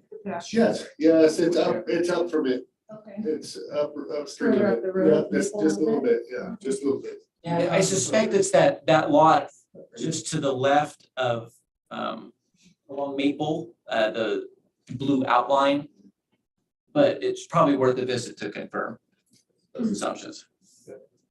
Because you never know what's happening in the county. All right, so next slide, current planning. So this is the daily stuff. Someone has an application, we get to deal with it. And Jenny is going to talk about some of the projects she's been working on in this regard. Yeah, so on Tuesday, we had our planning commission meeting. Was that Tuesday? Last Tuesday? Yes. Last Tuesday. They're all blending. We approved a 6 residential unit and 2 commercial unit mixed use building next to the Columbia Vet in Holt. So this was a conditional use permit that was approved by our planning commission and then 2 variances. So hopefully that moves forward. That would fill out that block. This application should look semi-familiar. This is the street vacation along Columbia Boulevard, North First and River Street. Ultimately, the applicant withdrew, but not before staff spent hours preparing reports and presentations for a planning commission meeting, a Parks and Recreation Commission meeting, a council meeting, and then another council meeting. So this just took a lot of time in the last 6 months of planning department. So I couldn't avoid putting a slide in here. I didn't want to, but.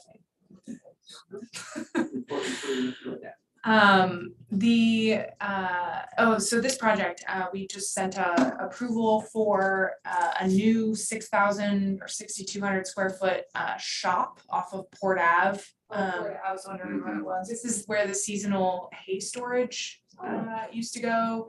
It's a larger property that they want to divide in half for Pelham to move from Milton, where they're currently located. I guess the bus folks, the school bus folks want to expand. And so they're getting kicked out of their current location on Milton and want to build a new facility and actually own it. They're leasing it today. So this is a good thing. You know, it's an industrial business. They're growing and they want to build a pretty large facility on this site. It's a big trucking outfit. And they've been looking for a number of years, so. We're happy they found a spot in Yeah. St. Helens. Mhm. And on a site that is obviously underutilized. So that went out on Monday. Okay, so we always like to kind of show you development, because we see this, and we see it, you know, it's a piece of paper, it's bare ground, and it turns into something, so. So if we go, the other one was the before. And well, it kind of a vacant, and then, oh, look at there's Popeyes. Now, at our last meeting, Popeyes wasn't quite open yet, and so it was it was the last 6 months where it opened. If we go to the next slide, it gives us another before, there's another one, and then boom, there it is, Popeyes. So the next slide, so this completes the transformation of the Violet's Villa property.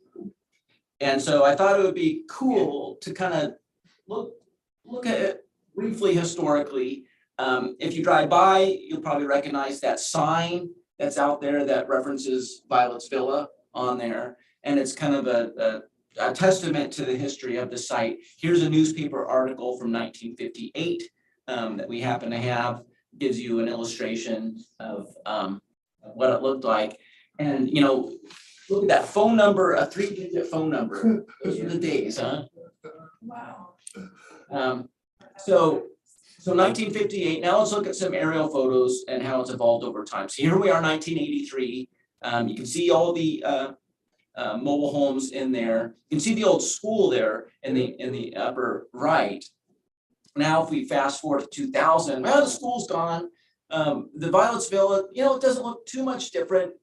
Still more or less the same amount of mobile homes there. If we go to the next year, 2009, well, okay, so things are changing.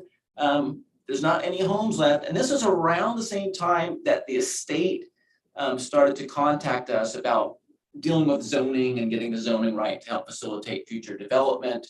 And if we go to the next slide, bam, boom, well, it's done. Now, Popeyes was still a little bit under construction there, but pretty significant transformation and a lot of years off our lifespan and in our career dealing with this. But it's good to see that it was finished successfully. Remember the decks on the St. Helens Place Apartments, the decks and covered parking, and then door dings from the post from covered parking. It was just, oh my God, that was at a planning commission meeting. Details, details, details. Always a lot of details. So some other non-resident residential development that we have going on is the Columbia Commons subdivision. So the subdivision itself is done. So we do have those 4 lots there. Burger King is still working with their application for that southerly lot there. and it's not as efficient as I think we all hoped for, but they're working on it. I'm probably gonna know what is from the second to the top. Well, I do know, but it's expressing it for prime time. I'll probably know that maybe later this week, I think. How dare you keep that from us? Well, until it's known, I don't want the rumor mill to get out, so you can ask me. Winco, is it? No, it's little. Across the wing. That's what everybody wants in this town. Everyone's like, it's a Winco. I know someone who's working on it. No, you don't. Yeah, there's always those rumors. I don't want to fuel them. All right. So we'll be talking about this the next several presentations, I'm sure. Now, the next slide brings us to Broadleaf Arbor, and like, well, why in the heck do we have a picture of the neighboring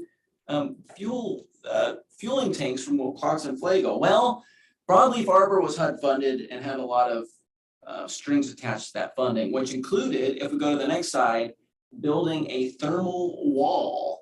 And you can see the wall around it. Thankfully, the property owner worked with the Broadleaf Arbor folks to be able to get that on there. And we'll probably start seeing occupancies of some of the buildings in the next 6 months, but this was the significant completion item in the last 6 months. So another project that. On that project, I had a lot of outreach just about the intersection in that area, and I needed to let people know at that point in time that there was nothing we could do that met the proper zoning, and that we couldn't control the actual street still qualified for the traffic that would be coming through there, even though it's a mess. Yes, the traffic, it's a concern on everybody. The traffic analysis, no surprise, showed that it was a problem. It showed that the problem in the PM will be slightly more non-functional by traffic engineering standards, and that the AM peak will start to become non-functional as a result of this project. That's a tough thing to deal with. The problem with Gable Road is there's no incremental fix. It's all or nothing. And that all includes having to deal with the railroad First. and the crossing bars. And so it's an expensive project. We did, just like with the sewer, get a proportional fee, throw in our piggy banks to help with that. There are going to be frontage improvements and some turning lanes, which will help with some of the functionality beyond the intersection, and the Millar Road signalization will provide some relief. But yeah, it's not a perfect scenario. Just like the sewer, it's not a perfect scenario. Just want to bring that up because if anybody was listening or any other council members get it, they'll be discussed it. Yeah. So another project that was completed, this probably looks familiar to you for those who use the 6th Street Park. This is on 7th Street. So there, well, it's just kind of a grassy field. And the next slide, kaboom, hey, look at that. I see an 8-plex composed of Conex boxes. The next slide is just the other angle. There's the before and then the after. So that project is done. Really took a long time. But thankfully it's completed and off our plate. So the next slide needs no introduction to you since you've experienced this, the Comstock subdivision. Here's kind of the example where they reduced the number of lots. I actually have seen none of this. I haven't. I guess, yeah. Well, I'm just saying. Yeah, except for the little hanger. Side note, tonight there is an item for signature, and we need to have a discussion. I will be here tonight at the regular session. We need to have a discussion about that before the council makes its decision. That continues to evolve. And I probably shouldn't be voting on that or part of that conversation. Can I have a comment on that? This was allowed, even though we have a question about the capacity of the sewer line. And we were upset about having a moratorium about closing this off because of the limitation of the sewer. We did not want to set a precedent, but by allowing it, we set the precedent that any development can go forward without having adequate infrastructure. as a precedent, because we obviously don't have adequate infrastructure for this one since the sewer line is at capacity. I'd rephrase that about any development go forward. It's a precedent, any fits under precedent. So what I You will, can't, you can't say this one is okay, that Precedent one's not. isn't a rule. so what I will say about this is we've actually It's pretty big allocated, game. we've allocated the impact fee on this area to development. We are currently, we're approved for the funding through DEQ to start these projects. We got a really good interest on a loan from them. We are moving forward with these projects, and that is what we also understood prior to this, is my understanding. So your part of your argument there was truth, and the other part was just a little bit of, we're not setting precedents that anybody can illegally just do what they want. Well, it depends how good the lawyers argue It's that. simply not the case. Hopefully not. We actually had our attorney present. I do know that much about it because I did follow the moratorium aspect of this, because I felt it was unfair that I was not able to participate in this part of it when we were talking about that happening in our city. So I did track that, but I have not seen this right here. No, I have not. And I'll talk about the fee stuff a little bit in a future slide. Yeah. So, yeah, Comstock, taken a lot of time in the last 6 months. And in fact, it was a good example to discuss the 120-day rule. It's just one of the things, one of these kind of little things that we have to manage, and that's timing. So if we go to the next slide, here's a calendar that kind of shows all the timing and events. Now, the yellow highlighting is the core 120 days. And what state law says is, once we have a complete application, local government, at least the city government, has 120 days to come to a final decision. So if we go back to February, that's when we had the pre-application meeting. And we try to be thorough to work out as many kinks as we can, at least in that early juncture.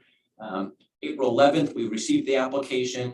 On April 29th, we provide the deemed complete notice. And what that is the city, okay, we received your application. Here's some deficiencies. If you address these deficiencies, we'll have a complete application. We can rock and roll.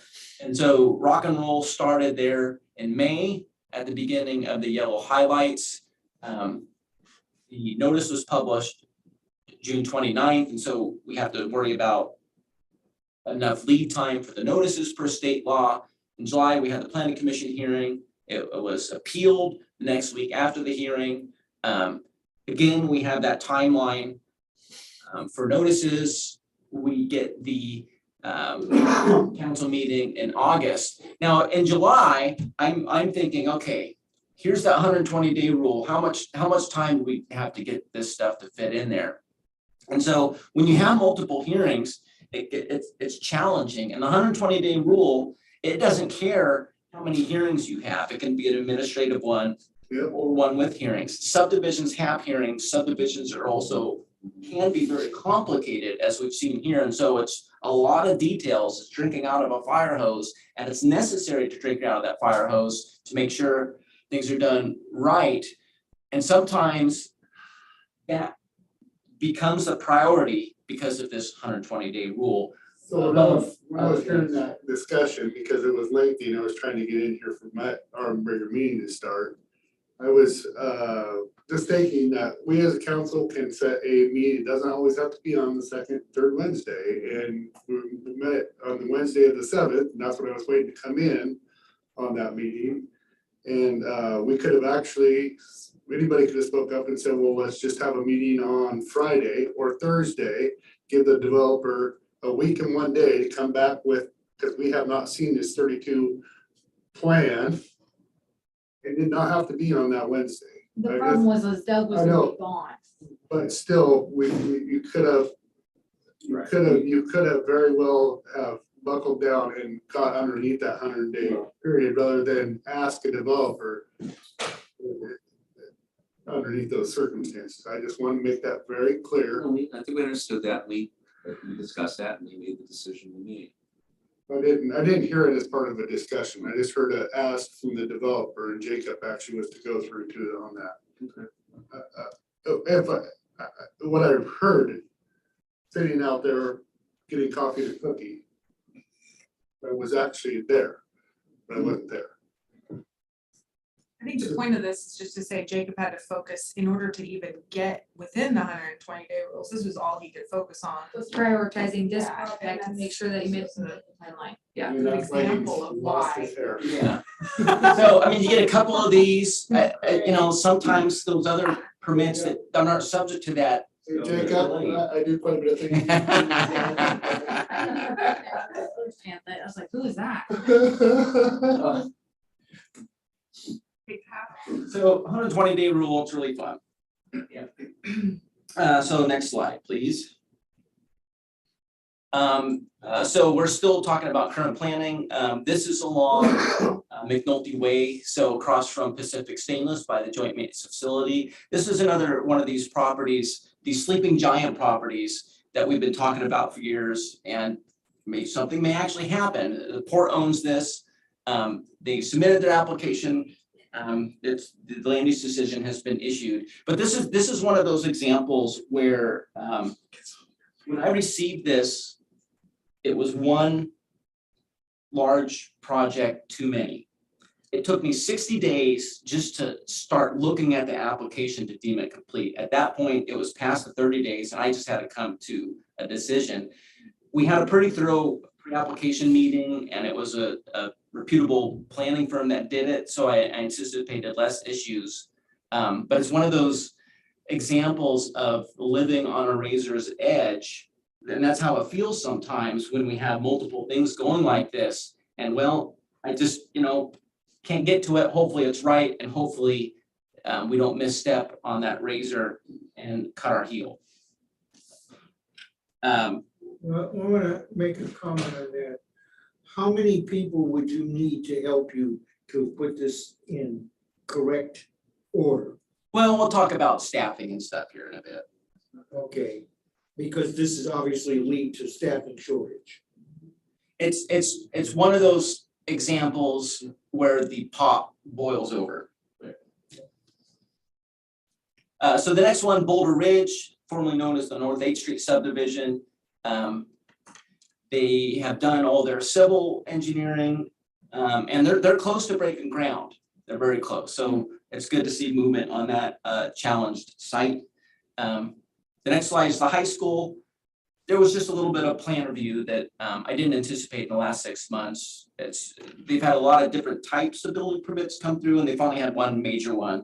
Not too bad, but did take enough time in the last 6 months to warrant a brief mention. Another one mentioned are the Sand Island cabins and picnic shelters.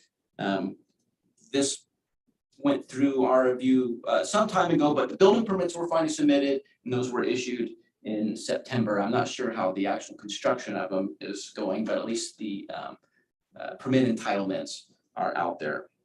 So the next category is just some of, for your information stuff. House Bill 4064, that has to do with manufactured homes. The most significant aspect of that is for a long, long time, cities were able to say manufactured homes could only be multi-sectional or larger, excluded single wides. And that's no longer the case. If someone wants to put a single wide in the city, we are obligated to accept it, regardless of what our rules, according to that House bill. So that's a code amendment. We'll have to. CC&Rs hold up to that. They hold up good. CC&Rs, that's a good question. I know for the duplex rules that we dealt with a little while ago, State change. if the CC&Rs were in place before that law was enacted, they could still prohibit duplexes. I don't know if it works the same in this case. I haven't had this hasn't had as much chatter as that one. So that's a good question. I simply don't know.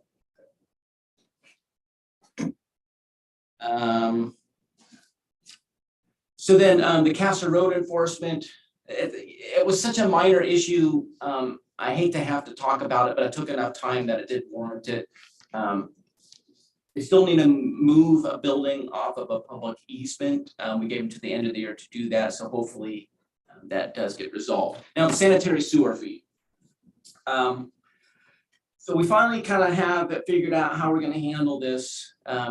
We go back to April, that's when we talked to the council about, well, do we want to think about moratoriums or not, or just keep plowing ahead? And the general consensus was keep plowing ahead. And we had a bunch of meetings, meeting after meeting, since then, and then the Comstock decision, who had to deal with that. Ultimately, so this fee structure, which we've worked with the engineering department on, based on where they're at and the level of deficiency, we include that as a condition of land use approval. So it rides with the land use permit. And that is not a system development charge as defined by the Oregon Revised Statutes. It's not a guarantee necessarily. There's nexus, does it apply? And usually if there's a sewer deficiency, that's easy. And then proportionality. You know, a $100,000 fee for one home would be completely disproportional. And so we always had to think about that stuff. Could get more complex over time, given that the land use permit is the instrument through which it is executed. But at least it's, you know, we have a system down now, so that'll help make it efficient, and appreciate engineering's hard work in dealing with that. And you know, the partners there are engineering, planning, and then finance to make sure those monies are in the right place and not spent inappropriately. And as the mayor said, the loan has been adhered to, and hopefully, you know, in 4 years, we're not talking about this. We have nice new shiny sewers, and we can be proud of our infrastructure again. So this next slide, so this originated as a self-care tool for me. So I mentioned in previous presentations about periods of hell. And periods of hell, basically when you have repeated burnout weeks without any reprieve, that's what results in that long-term burnout. And when a new calendar, or when a new year happens, there's calendars all over the place. And so this last year, I'm like, well, you know what? I'm going to use one of these extra calendars. It's just kind of track burnout weeks. And that way, all right, well, if I have several in a row, all right, you know what? You should take some time off, let the steam settle, to help mitigate long-term burnout. And so, but then having done that, I'm like, well, this is not a bad metric. This is probably something worth showing. Thankfully, it's not every week, which it has been in the past. But you see July and August were particularly hectic, and that's typical. People are trying to do stuff, people are trying to take vacation, and it's just a lot of juggling. So I thought this was a good thing to share, and probably something I'll keep doing to kind of reflect on how many burnout weeks there have been over time. Well, I think that's a great idea, because there might even be a period where you just need an extra oomph, and if we could subcontract some of that stuff out, if you knew somebody we trusted, you know, to do some plan review. I don't know that we're there yet, but we might be. And we'll Yeah. talk about that here in a bit, though. You know, we'll kind of feel that over time. So when we talk about staffing, you know, the lens that the main lens that we see through is the development team, and the triad is planning, building, and engineering. And I thought this was a good example because, you know, we have our own things, but we have a lot of overlap too. And system development charges are a good overlap in the yellow, because each department has a component to that. And I wanted to talk about this because when we talk about staffing, in my opinion, looking at these three departments together is important, because when one department gains, it doesn't mean that the other two departments do not. So a really good example is the building inspector.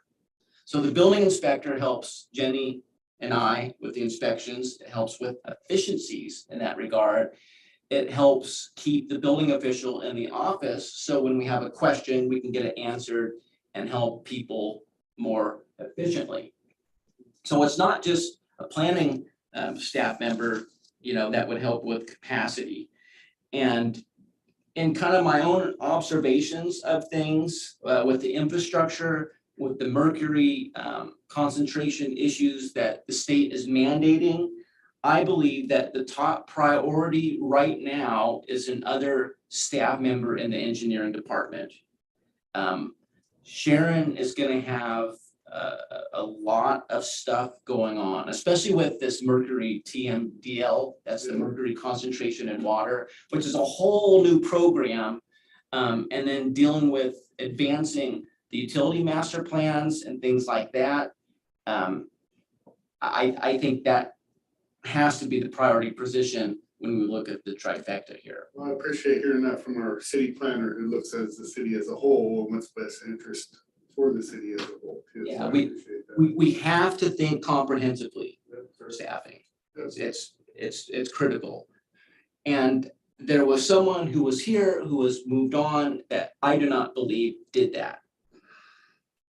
And I think there's a lot of resentment in some people because of that person's actions. I would just add to this, since this is the first time I'm hearing it from Jacob too, but hiring someone in the engineering department frees Sharon up to do more project management, which then assists me because she has the expertise to manage public contracting and all the prevailing wage stuff that, you know, absolutely are gonna impact the Riverwalk project and things like that. So I would just echo, I mean, it's spot on from my perspective too. So yeah, I like to think of it in well, like this, so. Next slide, so we talk about, you know, budgets and stuff, and last time I talked about the planning ratio of 1 to 5,000. The St. Helens trend has been about 1 to 6,500 roughly. But there are things that weren't necessarily done before. I know before my time, planning didn't do inspections, but there was things that just weren't, sidewalks weren't being built that were supposed to be built. I know that was an issue that Doug had when he got on. Right of way that was supposed to be dedicated it was kind of alarming to see. And I think we've improved on that, but it takes time. And GIS management is a newer thing too. And just, it's good to kind of see the numbers, and there hasn't been a lot of planners here, so it was easy to just pick their names out based on the decade and get an idea of population. Now, as we said before, I'm guessing that planning department addition. Wait a minute.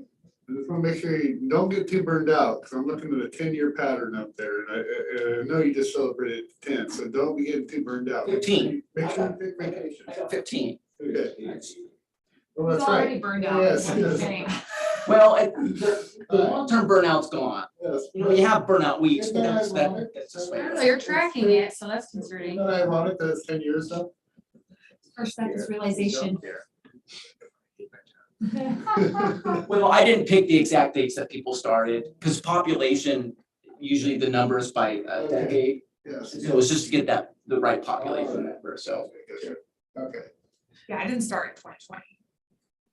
Yeah, it was just kind of, that was a good Those are the 20 consistent, you know, I'm particular about being consistent and accurate, and so that's why I picked the decade dates. So urban renewal, when urban renewal really starts ramping up, that's gonna start taking more of Jenny's time, and that's we're thinking maybe our saving grace to get another staff member, because urban renewal will be used for some administrative costs, but we'll kind of have to see. So the next slide, now this one is probably overly alarmist. I was looking at this slide and I was like, what is he Yeah, gonna say? Now, the upper left-hand corner, we don't want the city to look like that, so the trifecta is important. But the other ones, you know, are for Doug. Doug was the only counselor here when the famous volcano occurred. I was the only counselor who wanted to get rid of that. So he, Everyone appeared in the city and everyone Put had bubbles a. in it and let it go.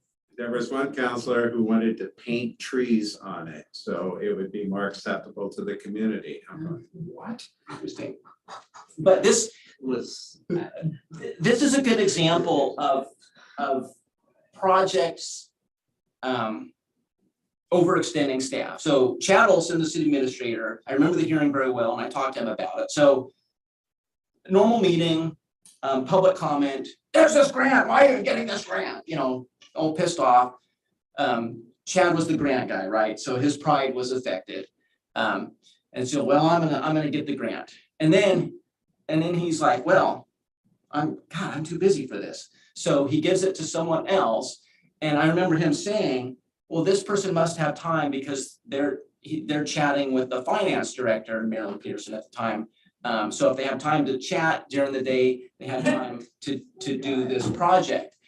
Now, look at the drawing on the bottom left-hand corner. That was the basis for the sculpture. And of course, you know, I look at that and go, well, Mount St. Helens is a stratovolcano.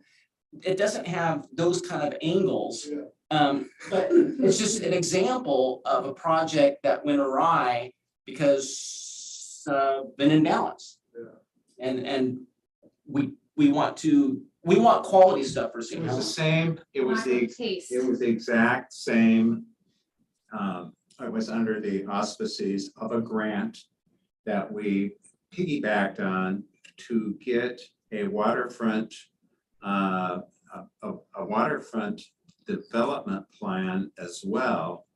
And this whole thing was it was a business kind of thing to attract people to our community. Yeah, it was a USDA. Attract was going to be on nightly national news at one time.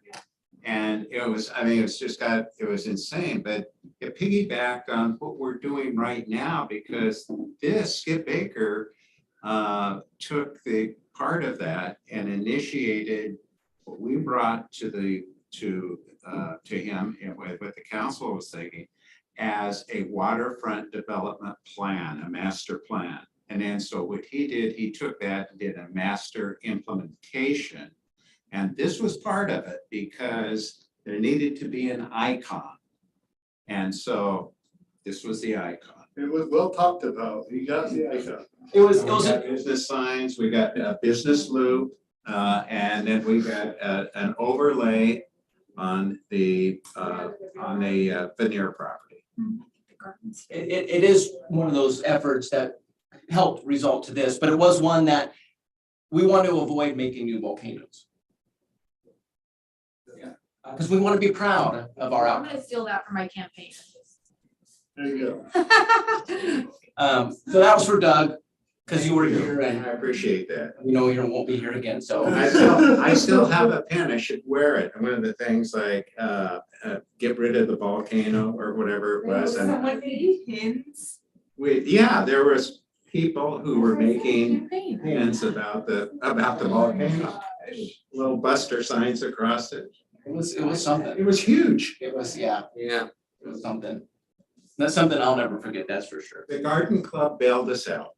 They did. Oh, it looks Exactly. beautiful. There was an initiation between, a collaboration between Public Works and the garden club.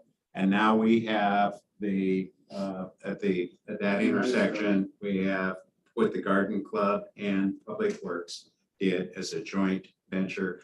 I sat in this room right here between Sue Nelson and Public Works. How did I forget his name? Goodman? No, well, it could have been, but I thought it was, Neil Shepherd. Yeah, and Neil.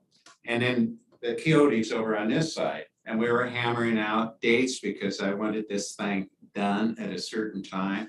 When can the garden club do this? When can Public Works do this? In the middle of the It night. happened in about 5 weeks, I think. It was totally transformed, out, gone. And then the new lay of it. It was the best thing that I ever was involved in the city as far as I was concerned. I go, oh my God, that went away and look what it was replaced with. Yeah, it The was garden club still takes care of that it place. was a happy ending that persists to today, so Exactly. it's a success story. So one more slide, well, two more slides. So what do we think is gonna happen in the next 6 months? I just have this table with all this stuff written in there. And some things I want to emphasize. Do first columns, current planning, you know, we get an application, we have to deal with it. We have no choice. And we have to deal with it in a certain amount of time. Customer service, that's just answering people's questions. That's, you know, as public servants, that's important. Just some of those basic questions that a citizen has, we want to make sure we're still answering that. Now, that the green is kind of what I like to call the grab bag. So in the next 6 months, all right, what are we gonna work on? And, you know, there's a lot of stuff there. I'm not gonna go over all of it. But there's some potential code amendments, and I can't even read it to remember what it started by. And Jenny has some there too, so she can talk about it. But there's some of those code amendments related to multi-dwellings, cottage clusters. That's something we've been talking about a while. That's kind of part 2 of the residential amendments that we did before. There are amendments related to all of the master plans that we would help engineering with. There's also amendments related to the Mercury stuff, and then the manufactured homes. So all those are things that have come up. And some of them we weren't aware of when we did the strategic plan. If you note over here, we said, is it in the strategic plan or not? The strategic plan is kind of a, you know, a snapshot, what we think is going to happen in amount of time, but things are always continually evolving.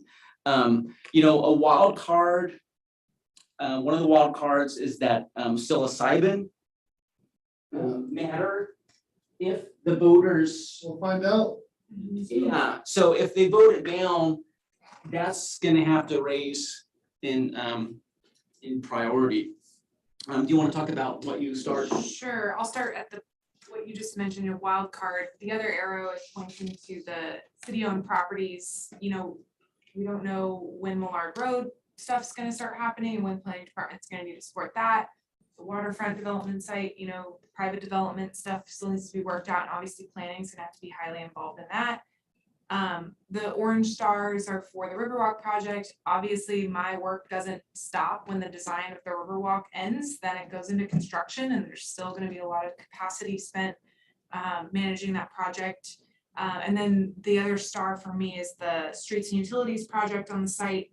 It's the same thing, just because the engineering design's done, doesn't mean the planning department's work stops on that project. We need to make sure that everything's, you know, following in line with the adopted plans and everything else. So, yeah, that's pretty much it. And then as far as current planning that we're anticipating, one thing that I'm not sure about is the Armstrong site. There was those, the barbecue folks that were looking at it. They're still, they purchased it. Yeah, and then they, Not barbecue. yeah, the pellet folks.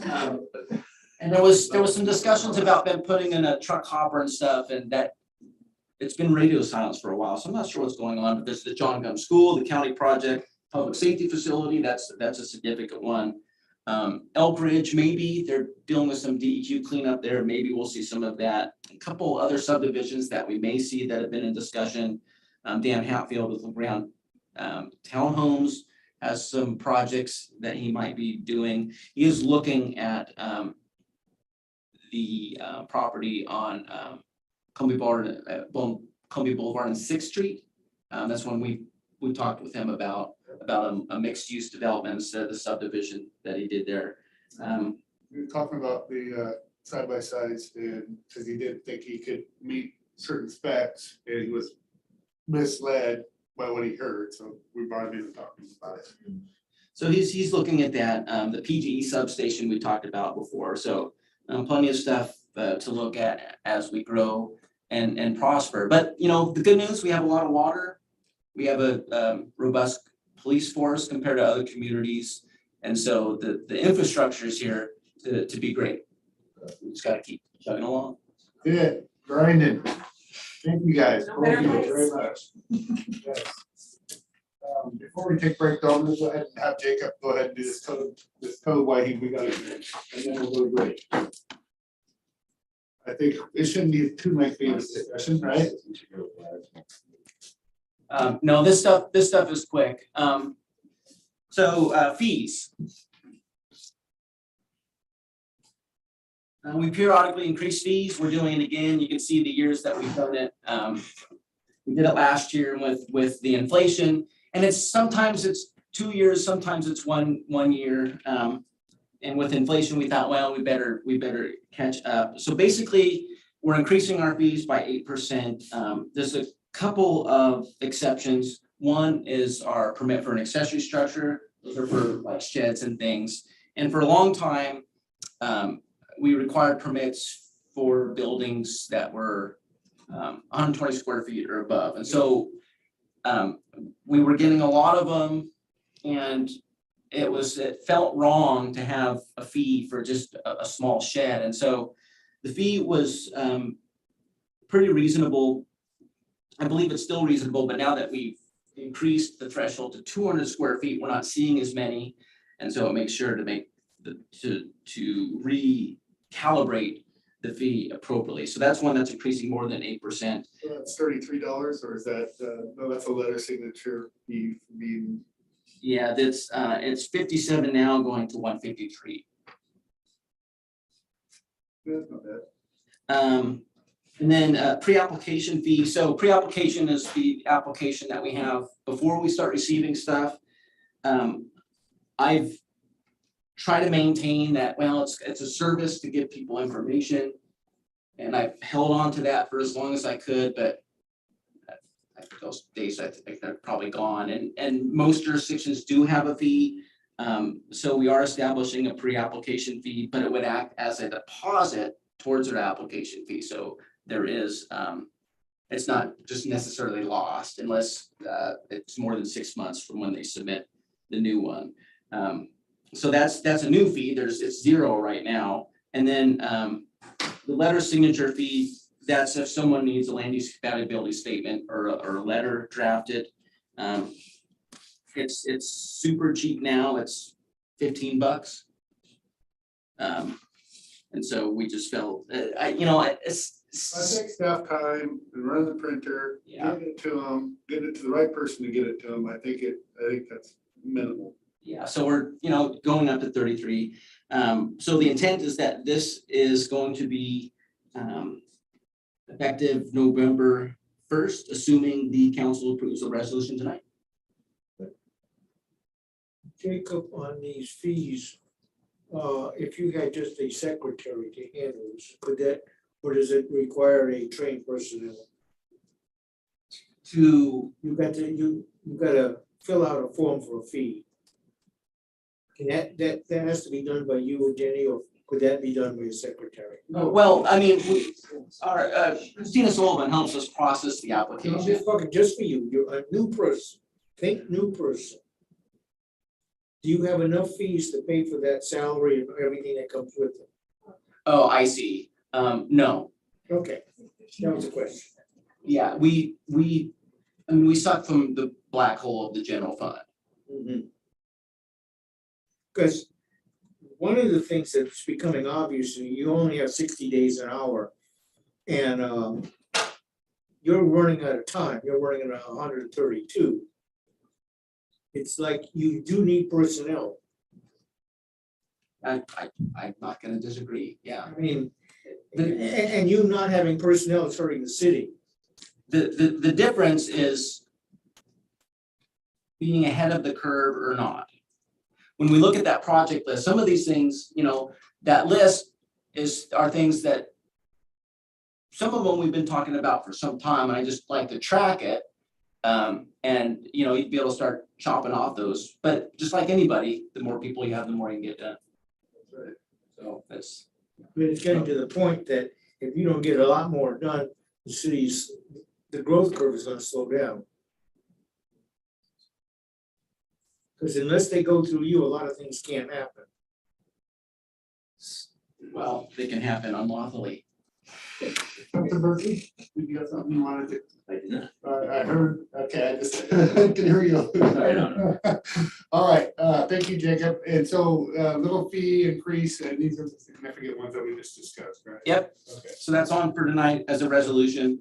Okay, so we're gonna go ahead and take a 10-minute recess. Right? Is that it? There's one more Or Jacob after? item, but There is? yeah, there's the sidewalk. Oh, yeah, yes, sidewalk, yes, let's go sidewalk Also, repair. were we gonna talk about the RV? The, everything that you had in the packet regarding the RV Well, let's situation? go ahead and take a break if you. You know what I'm talking about, I read the packet and I was like, this isn't on the agenda. Yeah, that's the family. Family Family RV, RV. oh, with that contract. Well, so that's, Is there, Sorry. so when we get a county referral, that's my way of just, so the planning commission and councils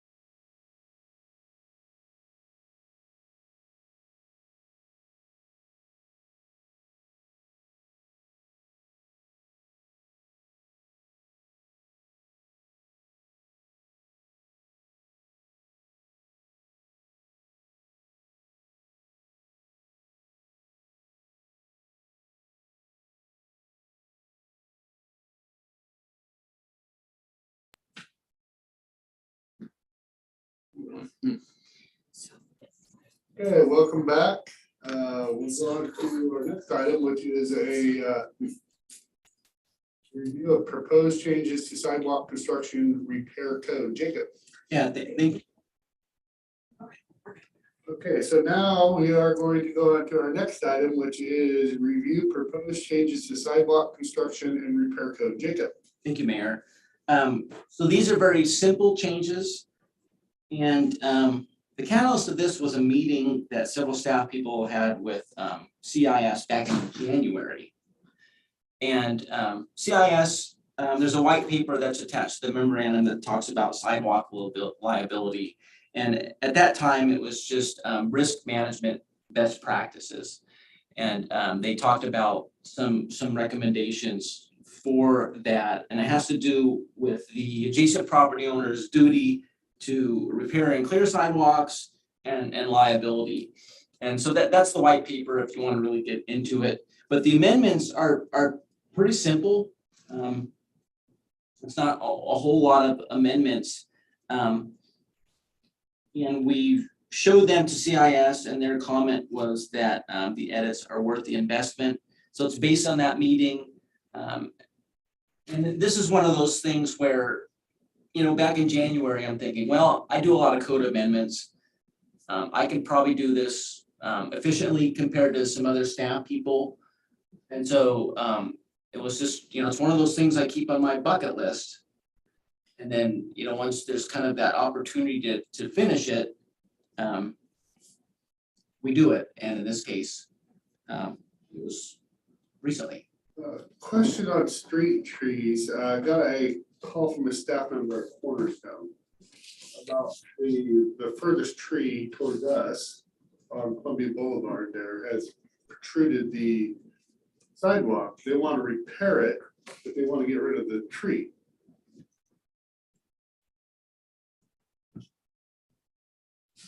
Why do they want to get rid of the tree? Because the tree is the cause of the damage. Yeah, but if you cut the roots that are going under, the other roots will go down. The So- trees are about like this Right. big and they're in a square that's about this big.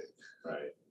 That's why. And I can clearly see where it's something that you're gonna be repairing again in 5 years, another 5 years, another 5 years. But does apparently our process not allow them to be removed? We had conversation with CCMH about a facility they have over there. That was the very first building. Cornerstone. I don't recall a conversation. Who's the owner? It's CCMH. CCMH. Oh, okay. It was a Bev who works for CCMH who called me and asked me about it, and I did not. I was going to talk to you, and actually, it's ironic that it's on this because she just reached out about a week and a half ago. I see. Yeah, I would have to, we've been talking about that for some time. We talked about them being removed and replacing it with an alternative. But I need to check my notes. Can you jot that down? I know you got a lot on your mind, a lot going on, and give a call over there to somebody in charge, so at least I've done my job. But we were talking with a maintenance person. Yeah, it maintenance is would the handle, maintenance not guy. It is the staff. It is the maintenance guy, yeah, it is the maintenance guy. And I would imagine that would have to go through the board and a bunch of other stuff. So We have an ordinance in place that there needs to be street trees, and anytime that there's a construction or an involvement, the street trees need to be so many feet apart, whatever. I I'd mean, be sad to see that ordinance- tree go though. That ordinance is in place. Yeah, so you can just, I'm not here either way, I'm just gonna say Right. that it obviously is the tree that did the damage to the sidewalk. It's just, they're precariously planted, in my opinion. That's just my opinion on it, so Might not. Do we have it's I'm entitled to. do we have an official arborist wwho would say this is stupid? Or what do we have? Well, I don't know. No, I know, just being in the neighborhood up in Portland, being that person that that looked at those kinds of things, and we did have sidewalk police, and we did have all of those kinds of things. But anytime a tree caused damage, it was the property owner's onus to repair the sidewalk and plant a new tree. There are trees that have deep rooted roots that go straight down rather than go out this way and start to destroy sidewalks and whatever. So there is a fix to it, but I think that somebody needs to know what that fix is, whether that comes from Public Works or not. That's up to staff. And I don't disagree with you on the deep rooted stuff. Yeah. I just know that we live on basalt and a lot of times they're shallow rooted because anytime you see a wind blown tree over, usually it's a wide, shallow root base that has. And in this case, it was a discussion, before it was a discussion with Sue, and then since then it's been a discussion with Sharon and Mohammed. All right, that sounds good. Anything else on this from Jacob? So this is an ordinance for tonight. All right, let's go into our next item. Well, at least get a little bit prepared here because she's heard it before. The discussion on Citizens Day in the Park event. The realtors need to be advised of that too. If it is on the onus of the apartment had that going on in the neighborhoods, if it is on the onus of the property owner to do those kinds of things, then when it's in the title, it's noted that they'll be responsible for trees, whether it's a big redwood or not. Is it kind of weird you guys being over there and then trying to talk? Okay, so we came to council a month and a half, 2 months ago to discuss Citizens Day recap. Since then, Parks and Rec has requested a quote from Peak Electric for upgrading electrical services at the park. In case we did have enough vendors last year that we would have needed generators, except some of them pulled out last minute. So there isn't capacity for all the vendors we did have that signed up that wanted it. We still haven't received word back from them yet, and I think Shauna's following up with them again on a quote. So that's still outstanding. Speak a little bit on that. I think it would be money well spent with not only our what we had going on, but we had trailblazers down there. Of course, they had adequate power, but you can see something like that growing in our park. Our park can facilitate events like that. It actually can. So I think it's something that we should really pursue. I'm sure as soon as we get that quote back, we can talk on that again. We're happy to announce that Columbia County Ryder has agreed to volunteer for a free shuttle service for us. So they will shuttle from the Recreation Center parking lot to Citizens Day. Lisa applied for, and was awarded a $1,000 grant from PUD for Citizens Day. So we did receive that to help fund. Thank you, Lisa. Yes.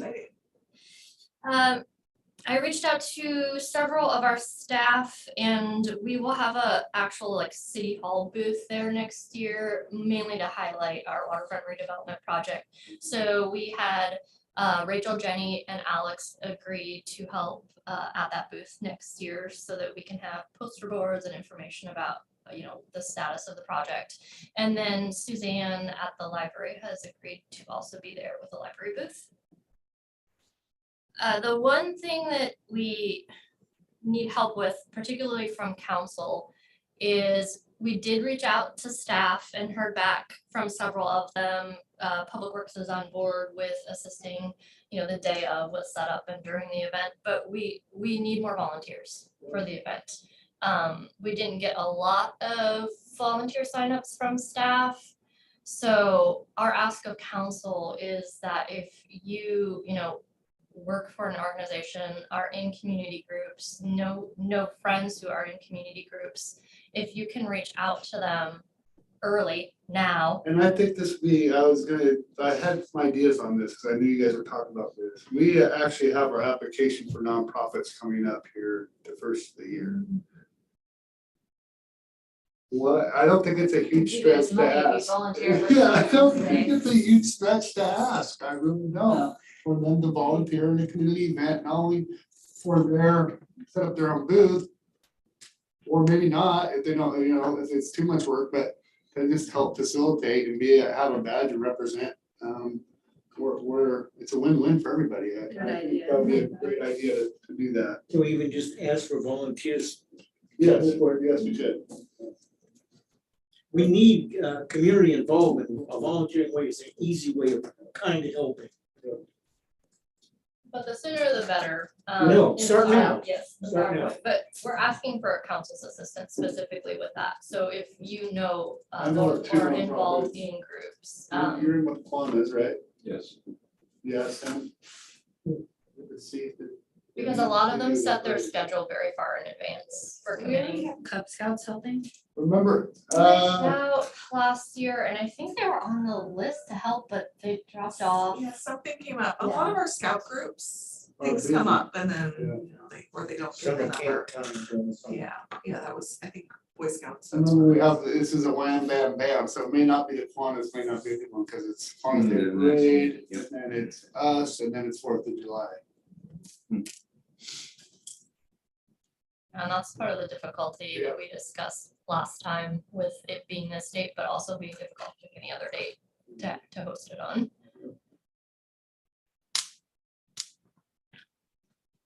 I got a couple in mind, I'll reach out to. All right, so any other discussion on this?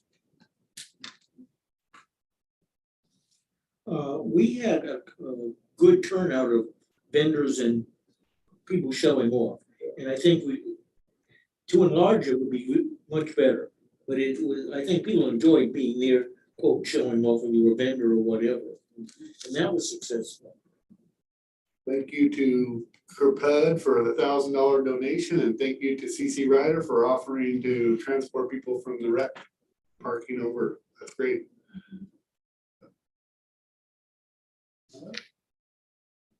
So let's go on to our next item, which is review rules of conduct for city facilities. John.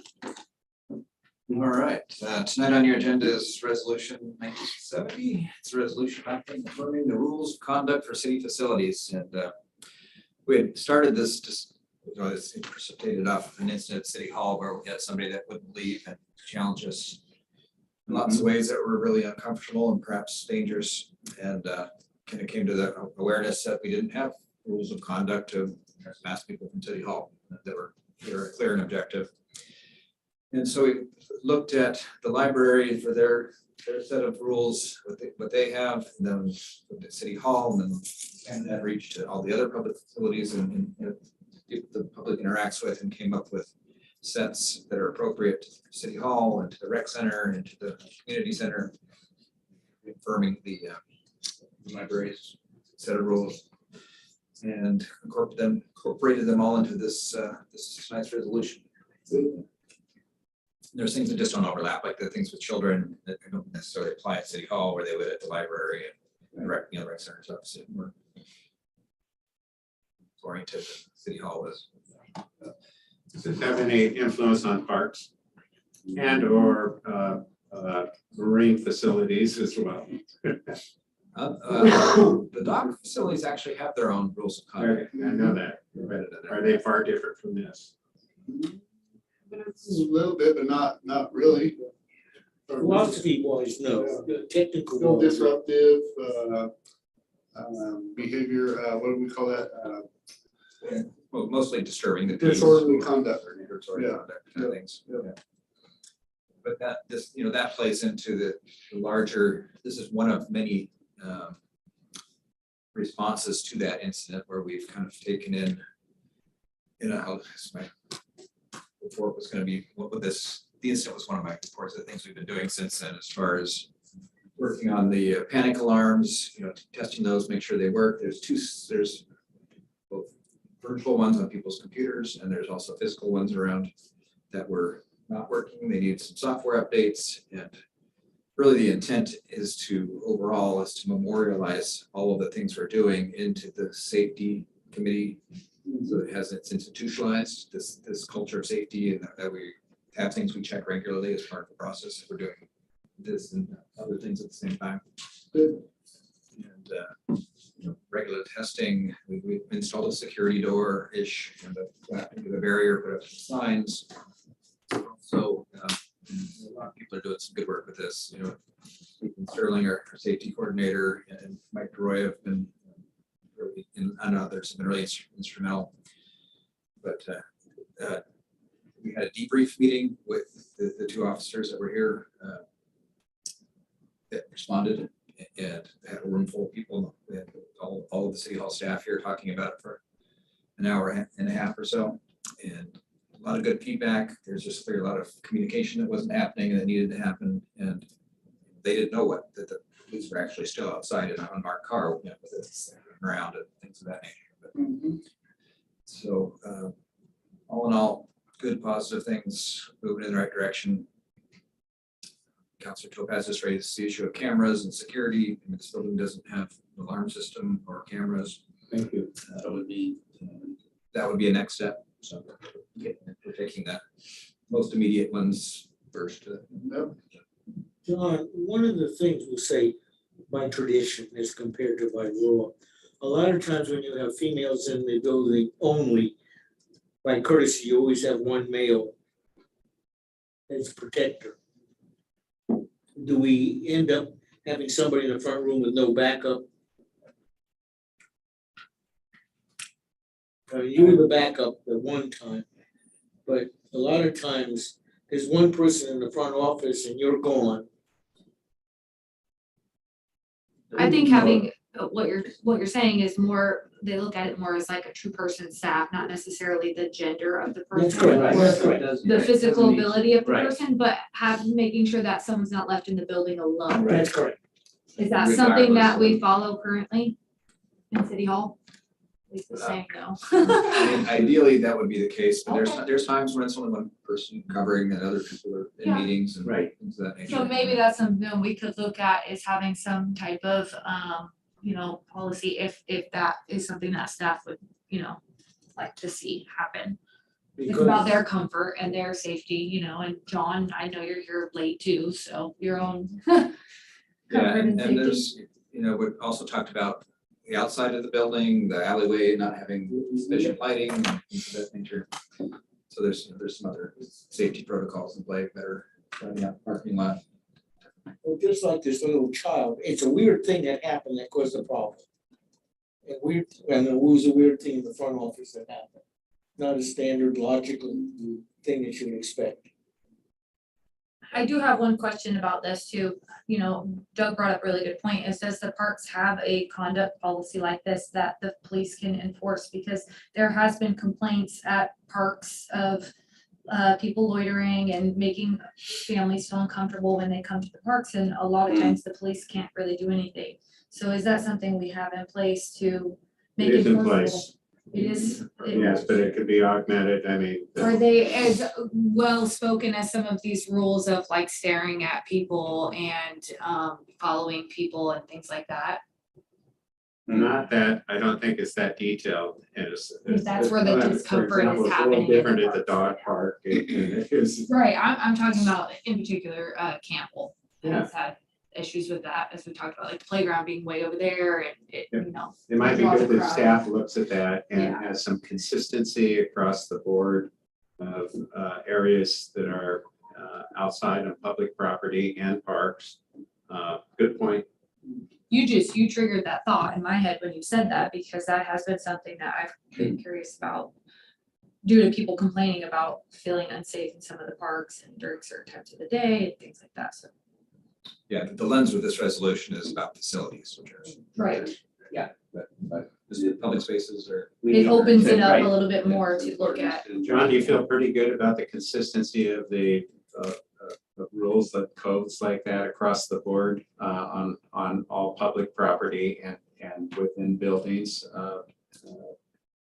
Is that fairly consistent? And if you haven't looked at it might be a good thing for some staff member to look at it, see if there is a consistency.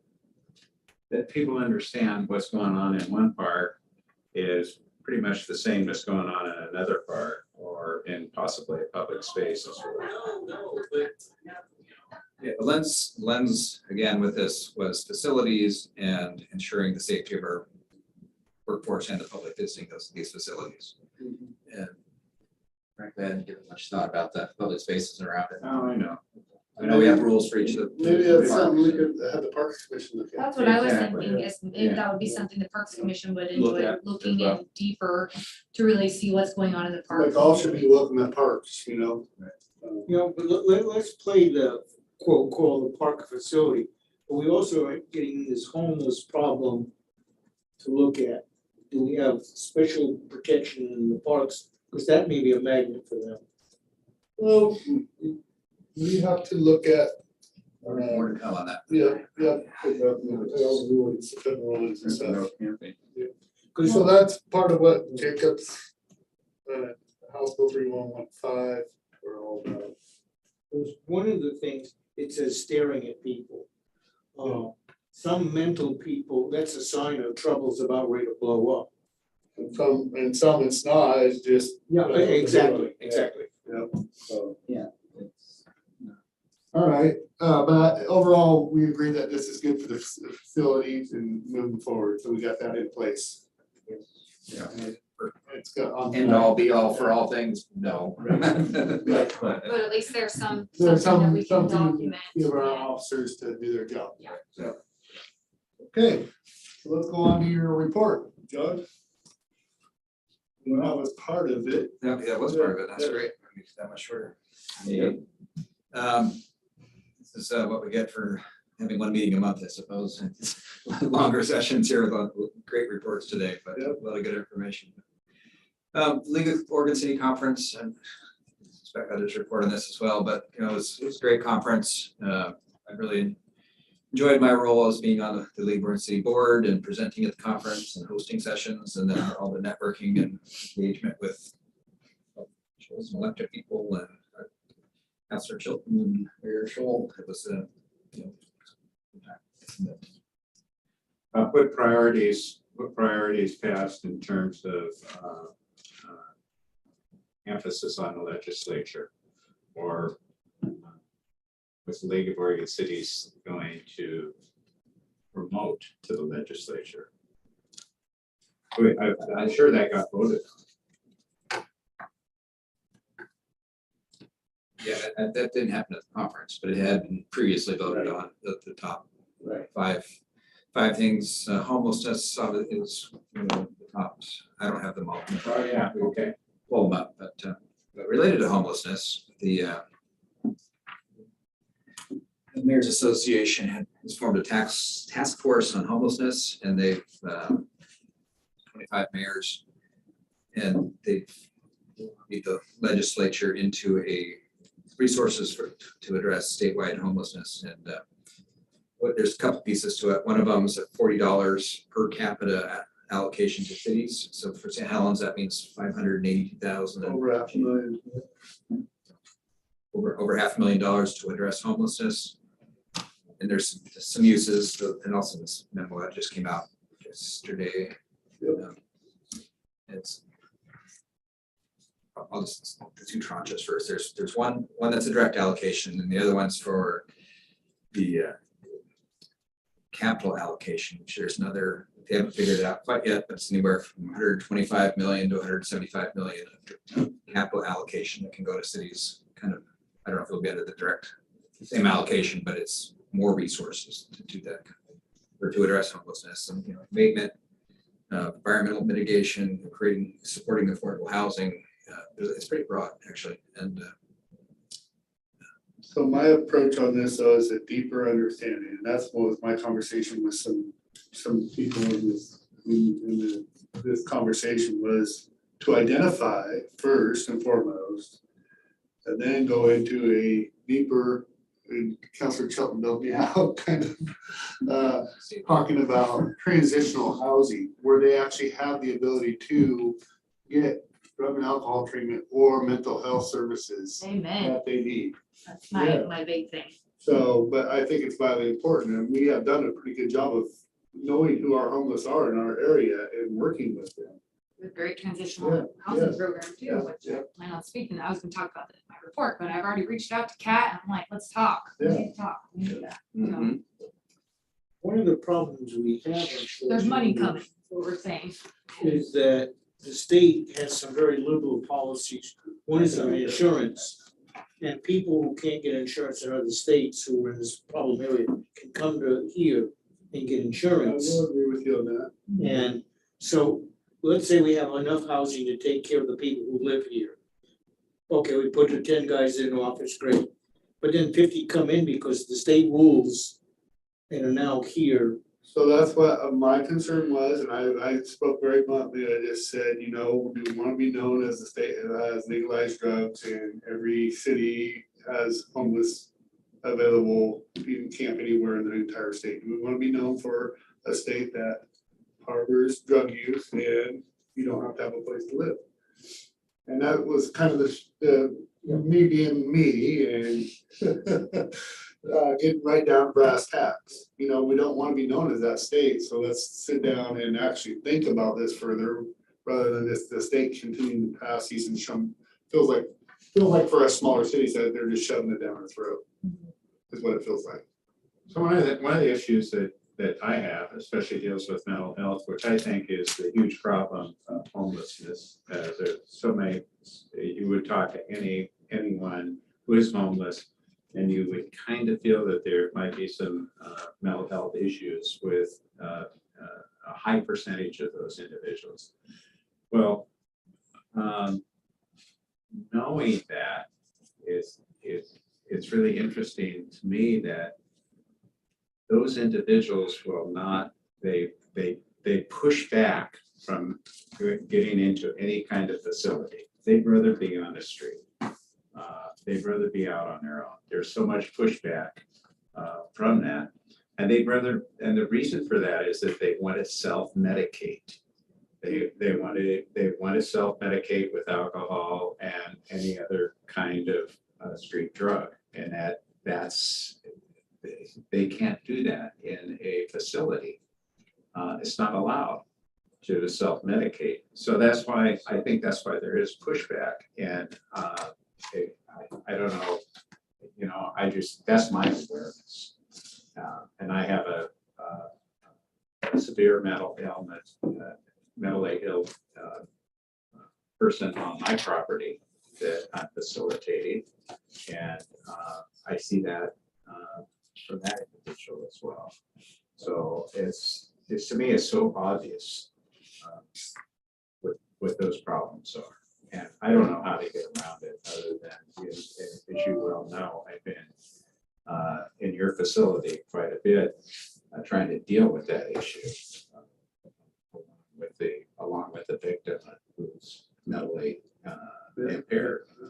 But anyway, that's Comprehensive services, that's the key. It has to be Right. Comprehensive services, it has to meet the whole person, you know, not just here's some medication, but go back and sleep in your tent. It's comprehensive, and then probation, you know, law enforcement, everyone has to be at the table. That's why transitional housing, so pivotal, because it changes, you know, gives them a place to gain And I everything and think get back out there. it's- Yeah, sorry, I think it's important too, yet it's certainly the houseless who are camping and all that sort of big attention, but I also do think it's really important to realize that a lot of homelessness that we aren't aware of from families that are not necessarily dealing with mental illness or at all, but in our schools, Yes. we have a Yes, we fairly do. good population of children About who are homeless, and they may not be camping in the campgrounds, and it may not be necessarily mental illness, but economic things. So I think we gotta be careful that we certainly don't want to become a ground where people are coming and bringing problems, but just recognizing in our midst that whatever policies we have with homelessness and all, recognizing that in our community, we do have those who don't want to be homeless and would choose otherwise. So not denying what you said, Counselor Morton, in that respect, that there are some people who maybe choose that lifestyle and are dealing with those kinds of things, but that, yeah, we do have Lack of people, resources. lack of especially, resources in too. our Yeah. community and finding that balance for enforcing municipal code for public safety, but having the resources, as you're saying, available, as you're saying, Counselor, for dealing with people who truly are homeless through no fault. Yeah, so there'll be a lot to talk about on this subject, and I Yeah. think we could probably go on for a long time. Yeah. I'll That's right. let John get through his. So John, yeah. Well, it's serendipitous with the House bill coming due in July and the work we're gonna be doing around this issue and having some funding to support it. Is there any money on improving the state mental institution for the people who are, physically violent? Do we have enough beds for people who are beyond, let's say, the benign? That has over the years become defunded further and further. We're trying to get away from institutionalizing So people in again, Oregon. let's let John. We don't have places to put people who really need. No, we're putting things in like behavioral health places and hospitals where it's a little bit more appropriate to treat somebody for short term. So I mean, there's money. We see where the hospitals are short of beds on a good day. Let's let John, because we have some executive session stuff. Okay. Let's let John finish his report. Just recapping off today's presentation from Strategic Nest Groups, Michael Curry's company there. The reason we looked at that a couple of years ago and started spending some resources on it was about digital equity, about the importance of the internet to our daily lives and how, it's, having internet to all of our community equally or equitably. That was before COVID. Yeah, it was way before COVID. Yeah, it was And 4 years. before any money became available or anything like that. So we were kind of going it alone before the resources started to kind of pour in on this issue. So this is kind of a perfect storm of, is it a good fit for our community? And then, how are we getting it funded? Yep. And there's a lot of funding out there. So, Yes. and we saw today that there's some demand and access to internet is be one of those things that's probably as important as any other public service we offer. Sure. Ask a kid if without internet on their phone, they'd probably try to do that and drink water. Yeah. That's true. It's true, though. It's Clean true. water. So anyway, I just wanted to, that's the why. That's what's the purpose of the presentation, the why, looking for funding and so. It's definitely a how, it's a need, it's a Yeah. how do we make it happen. So we had a voting ad hoc committee wrap up for the season, but end of voting season's end of September, and that was kind of the right time to do the meeting. Recapped all the work we did. Councilor Topaz was participated in that, and just real quickly, the things we accomplished over the last year was that we updated our municipal code. Got the kiosk, we're having did a rate study, we implemented those fees, we're starting to enforce them, get the dock master, harbor master in place. A lot of new signage, we built a kiosk over the top of the thing, has light and it's all, I haven't checked it out. you go check it out Yeah. today, it's brand new, it's, yesterday or today was the day it went complete. And the council had talked about extending to 72 hours to a longer term. The voter, you said 5 days, voter committee ad hoc was thinking 7 days, and I don't know where we're gonna land with that, but there's gonna be some more to discuss about that with the code change. Some facility improvements with the Marine Board. The locks are in pretty rough shape right now, some more than others. The rails all need to be replaced. We're meeting with Marine Board. Marine Board just completed a pretty thick report on the conditions of all 3 of our docks. And in fact, just this past weekend, the bridge that goes between the docks on the closest Sand Island dock was kind of knocked off its track from the boat. Again? So they tried to fix it and kind of broke the cables and we had that taped off for the spook cruise over there that the yachting clubs come down, and that was a little challenging to say the least, but so a lot of good work, a lot of attention. We're hoping to bring funding, the Marine Board, trying to get facilities improved. There's also some capital facility issues or uses as far as kids swimming off the docks and just refusal to leave, and whether the harbor master should be enforcing that, whether the city should be installing docks or ladders at the end of the docks to get people out of the water. They've, that's, Marine Board is considered that ladders an attractive nuisance. A lot of private docks, almost all private docks have ladders at the end of the fingers, so we may have to have a conversation about what we want to do about that. They're doing it, and if we don't enforce it, there's a dozen kids at a time jumping off the rail and doing pull-ups on the electrical conduits underneath, and they won't leave. John, going back over to Sand Island, is the city allowed to emergency repair that bridge? Or is it strictly up to the Marine Board for that type of repair? Any repair we do tends to be very expensive, bringing in the barges and the. But can we do it if the Marine Board is late? There are docks. There's city docks. There are the issues of permitting and work windows and, you know, fishing kinds of things that apply. So, Or like, you know, if a hinge is broken on the bridge, are we allowed to fix it or is that something Marine Board? no, absolutely, we can do it. Okay.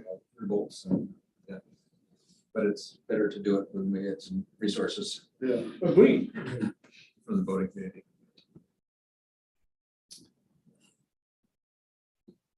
Jacob mentioned today, some of this is overlap, but the facilities on Sand Island, or the permits are out. They're beginning construction of those cabins and the shelters, and that's good to see that grow over there. Along with that, is there a water issue been resolved at all in terms of plans of how water will be obtained? So they're looking at a water source, perhaps potable source, and also a septic system over there, not in the same spot. A windmill from a well at the south end and the septic tank at the north end. The way the wind blows, yeah. Or water flow. We do. Get no water today. We do it when the tide changes. You bring your own 5 gallon. Yeah, exactly. Right, some kids out there playing by the windmill, that would be very fun. So a lot of discussion and a lot of press, thanks to mostly Crystal and Rachel, about our river, not just the Riverwalk project, but the streets and utilities project that we're getting ready to kick off on November 2nd. Working on a photo op at your next meeting. We're intending you to take a break. Well, right. Three. One is still be. Oh, yeah, that's right. It was, So I'm good. I would think it was an hour. Yes, yeah. And walk over We're walking over there. to the intersection. We've got the golden shovels and we're Hard gonna hats, do I was gonna say, gold shovels and hard hats, right? and they'll be, yeah. It'll be good. Yeah, it'll be good.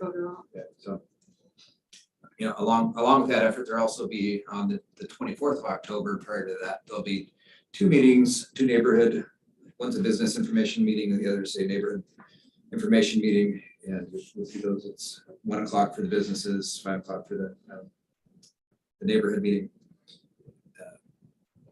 Also to let people know what's going on, right, which are trying to double down on communication right here, having the postcards with QR code will get you on the newsletter, Riverwalk newsletter.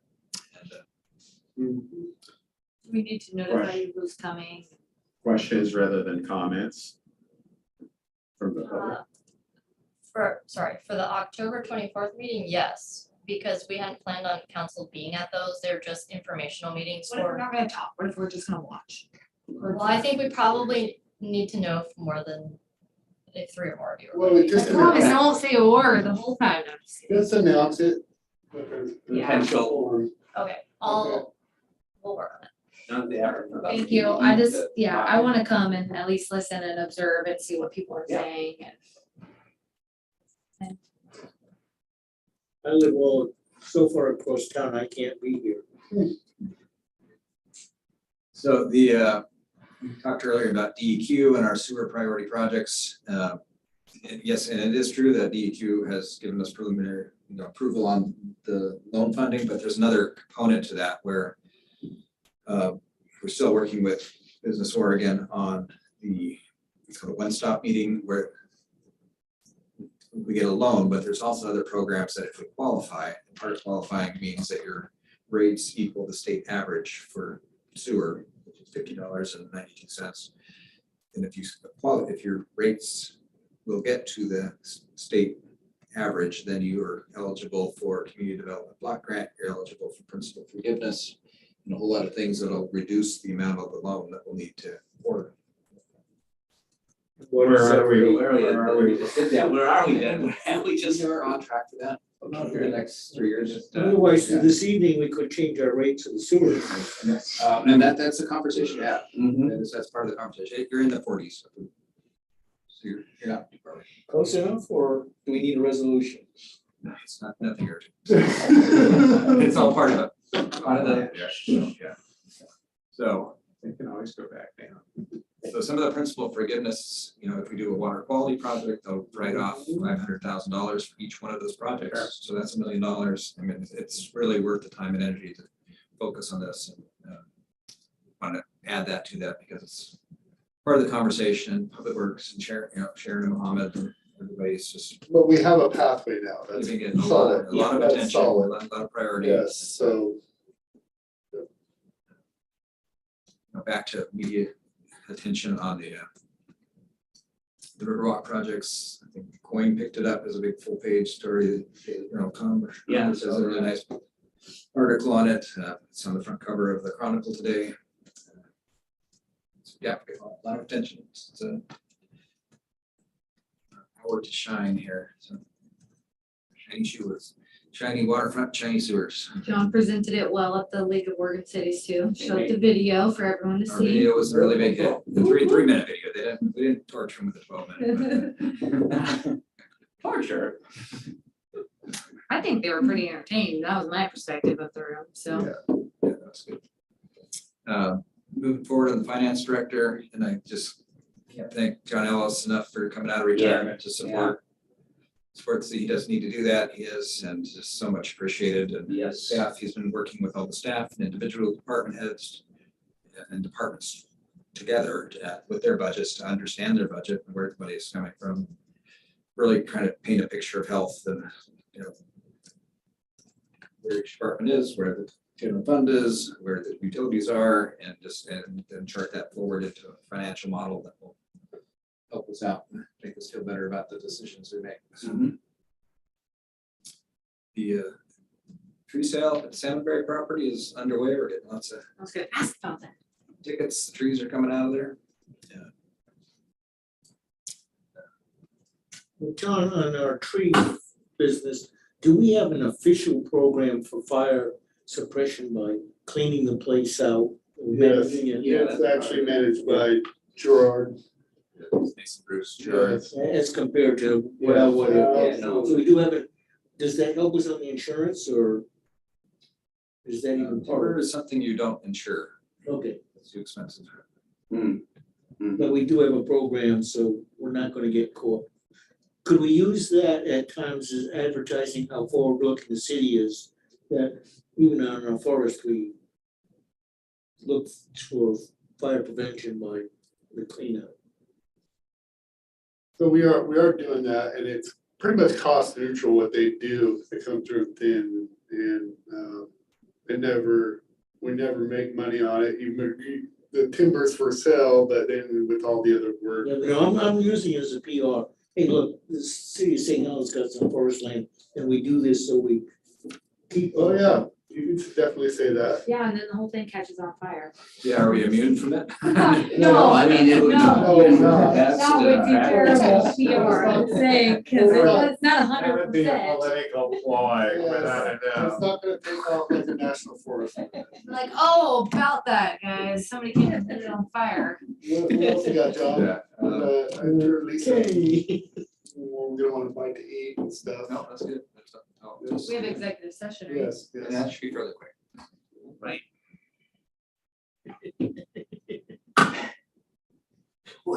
just saying, it's a possibility.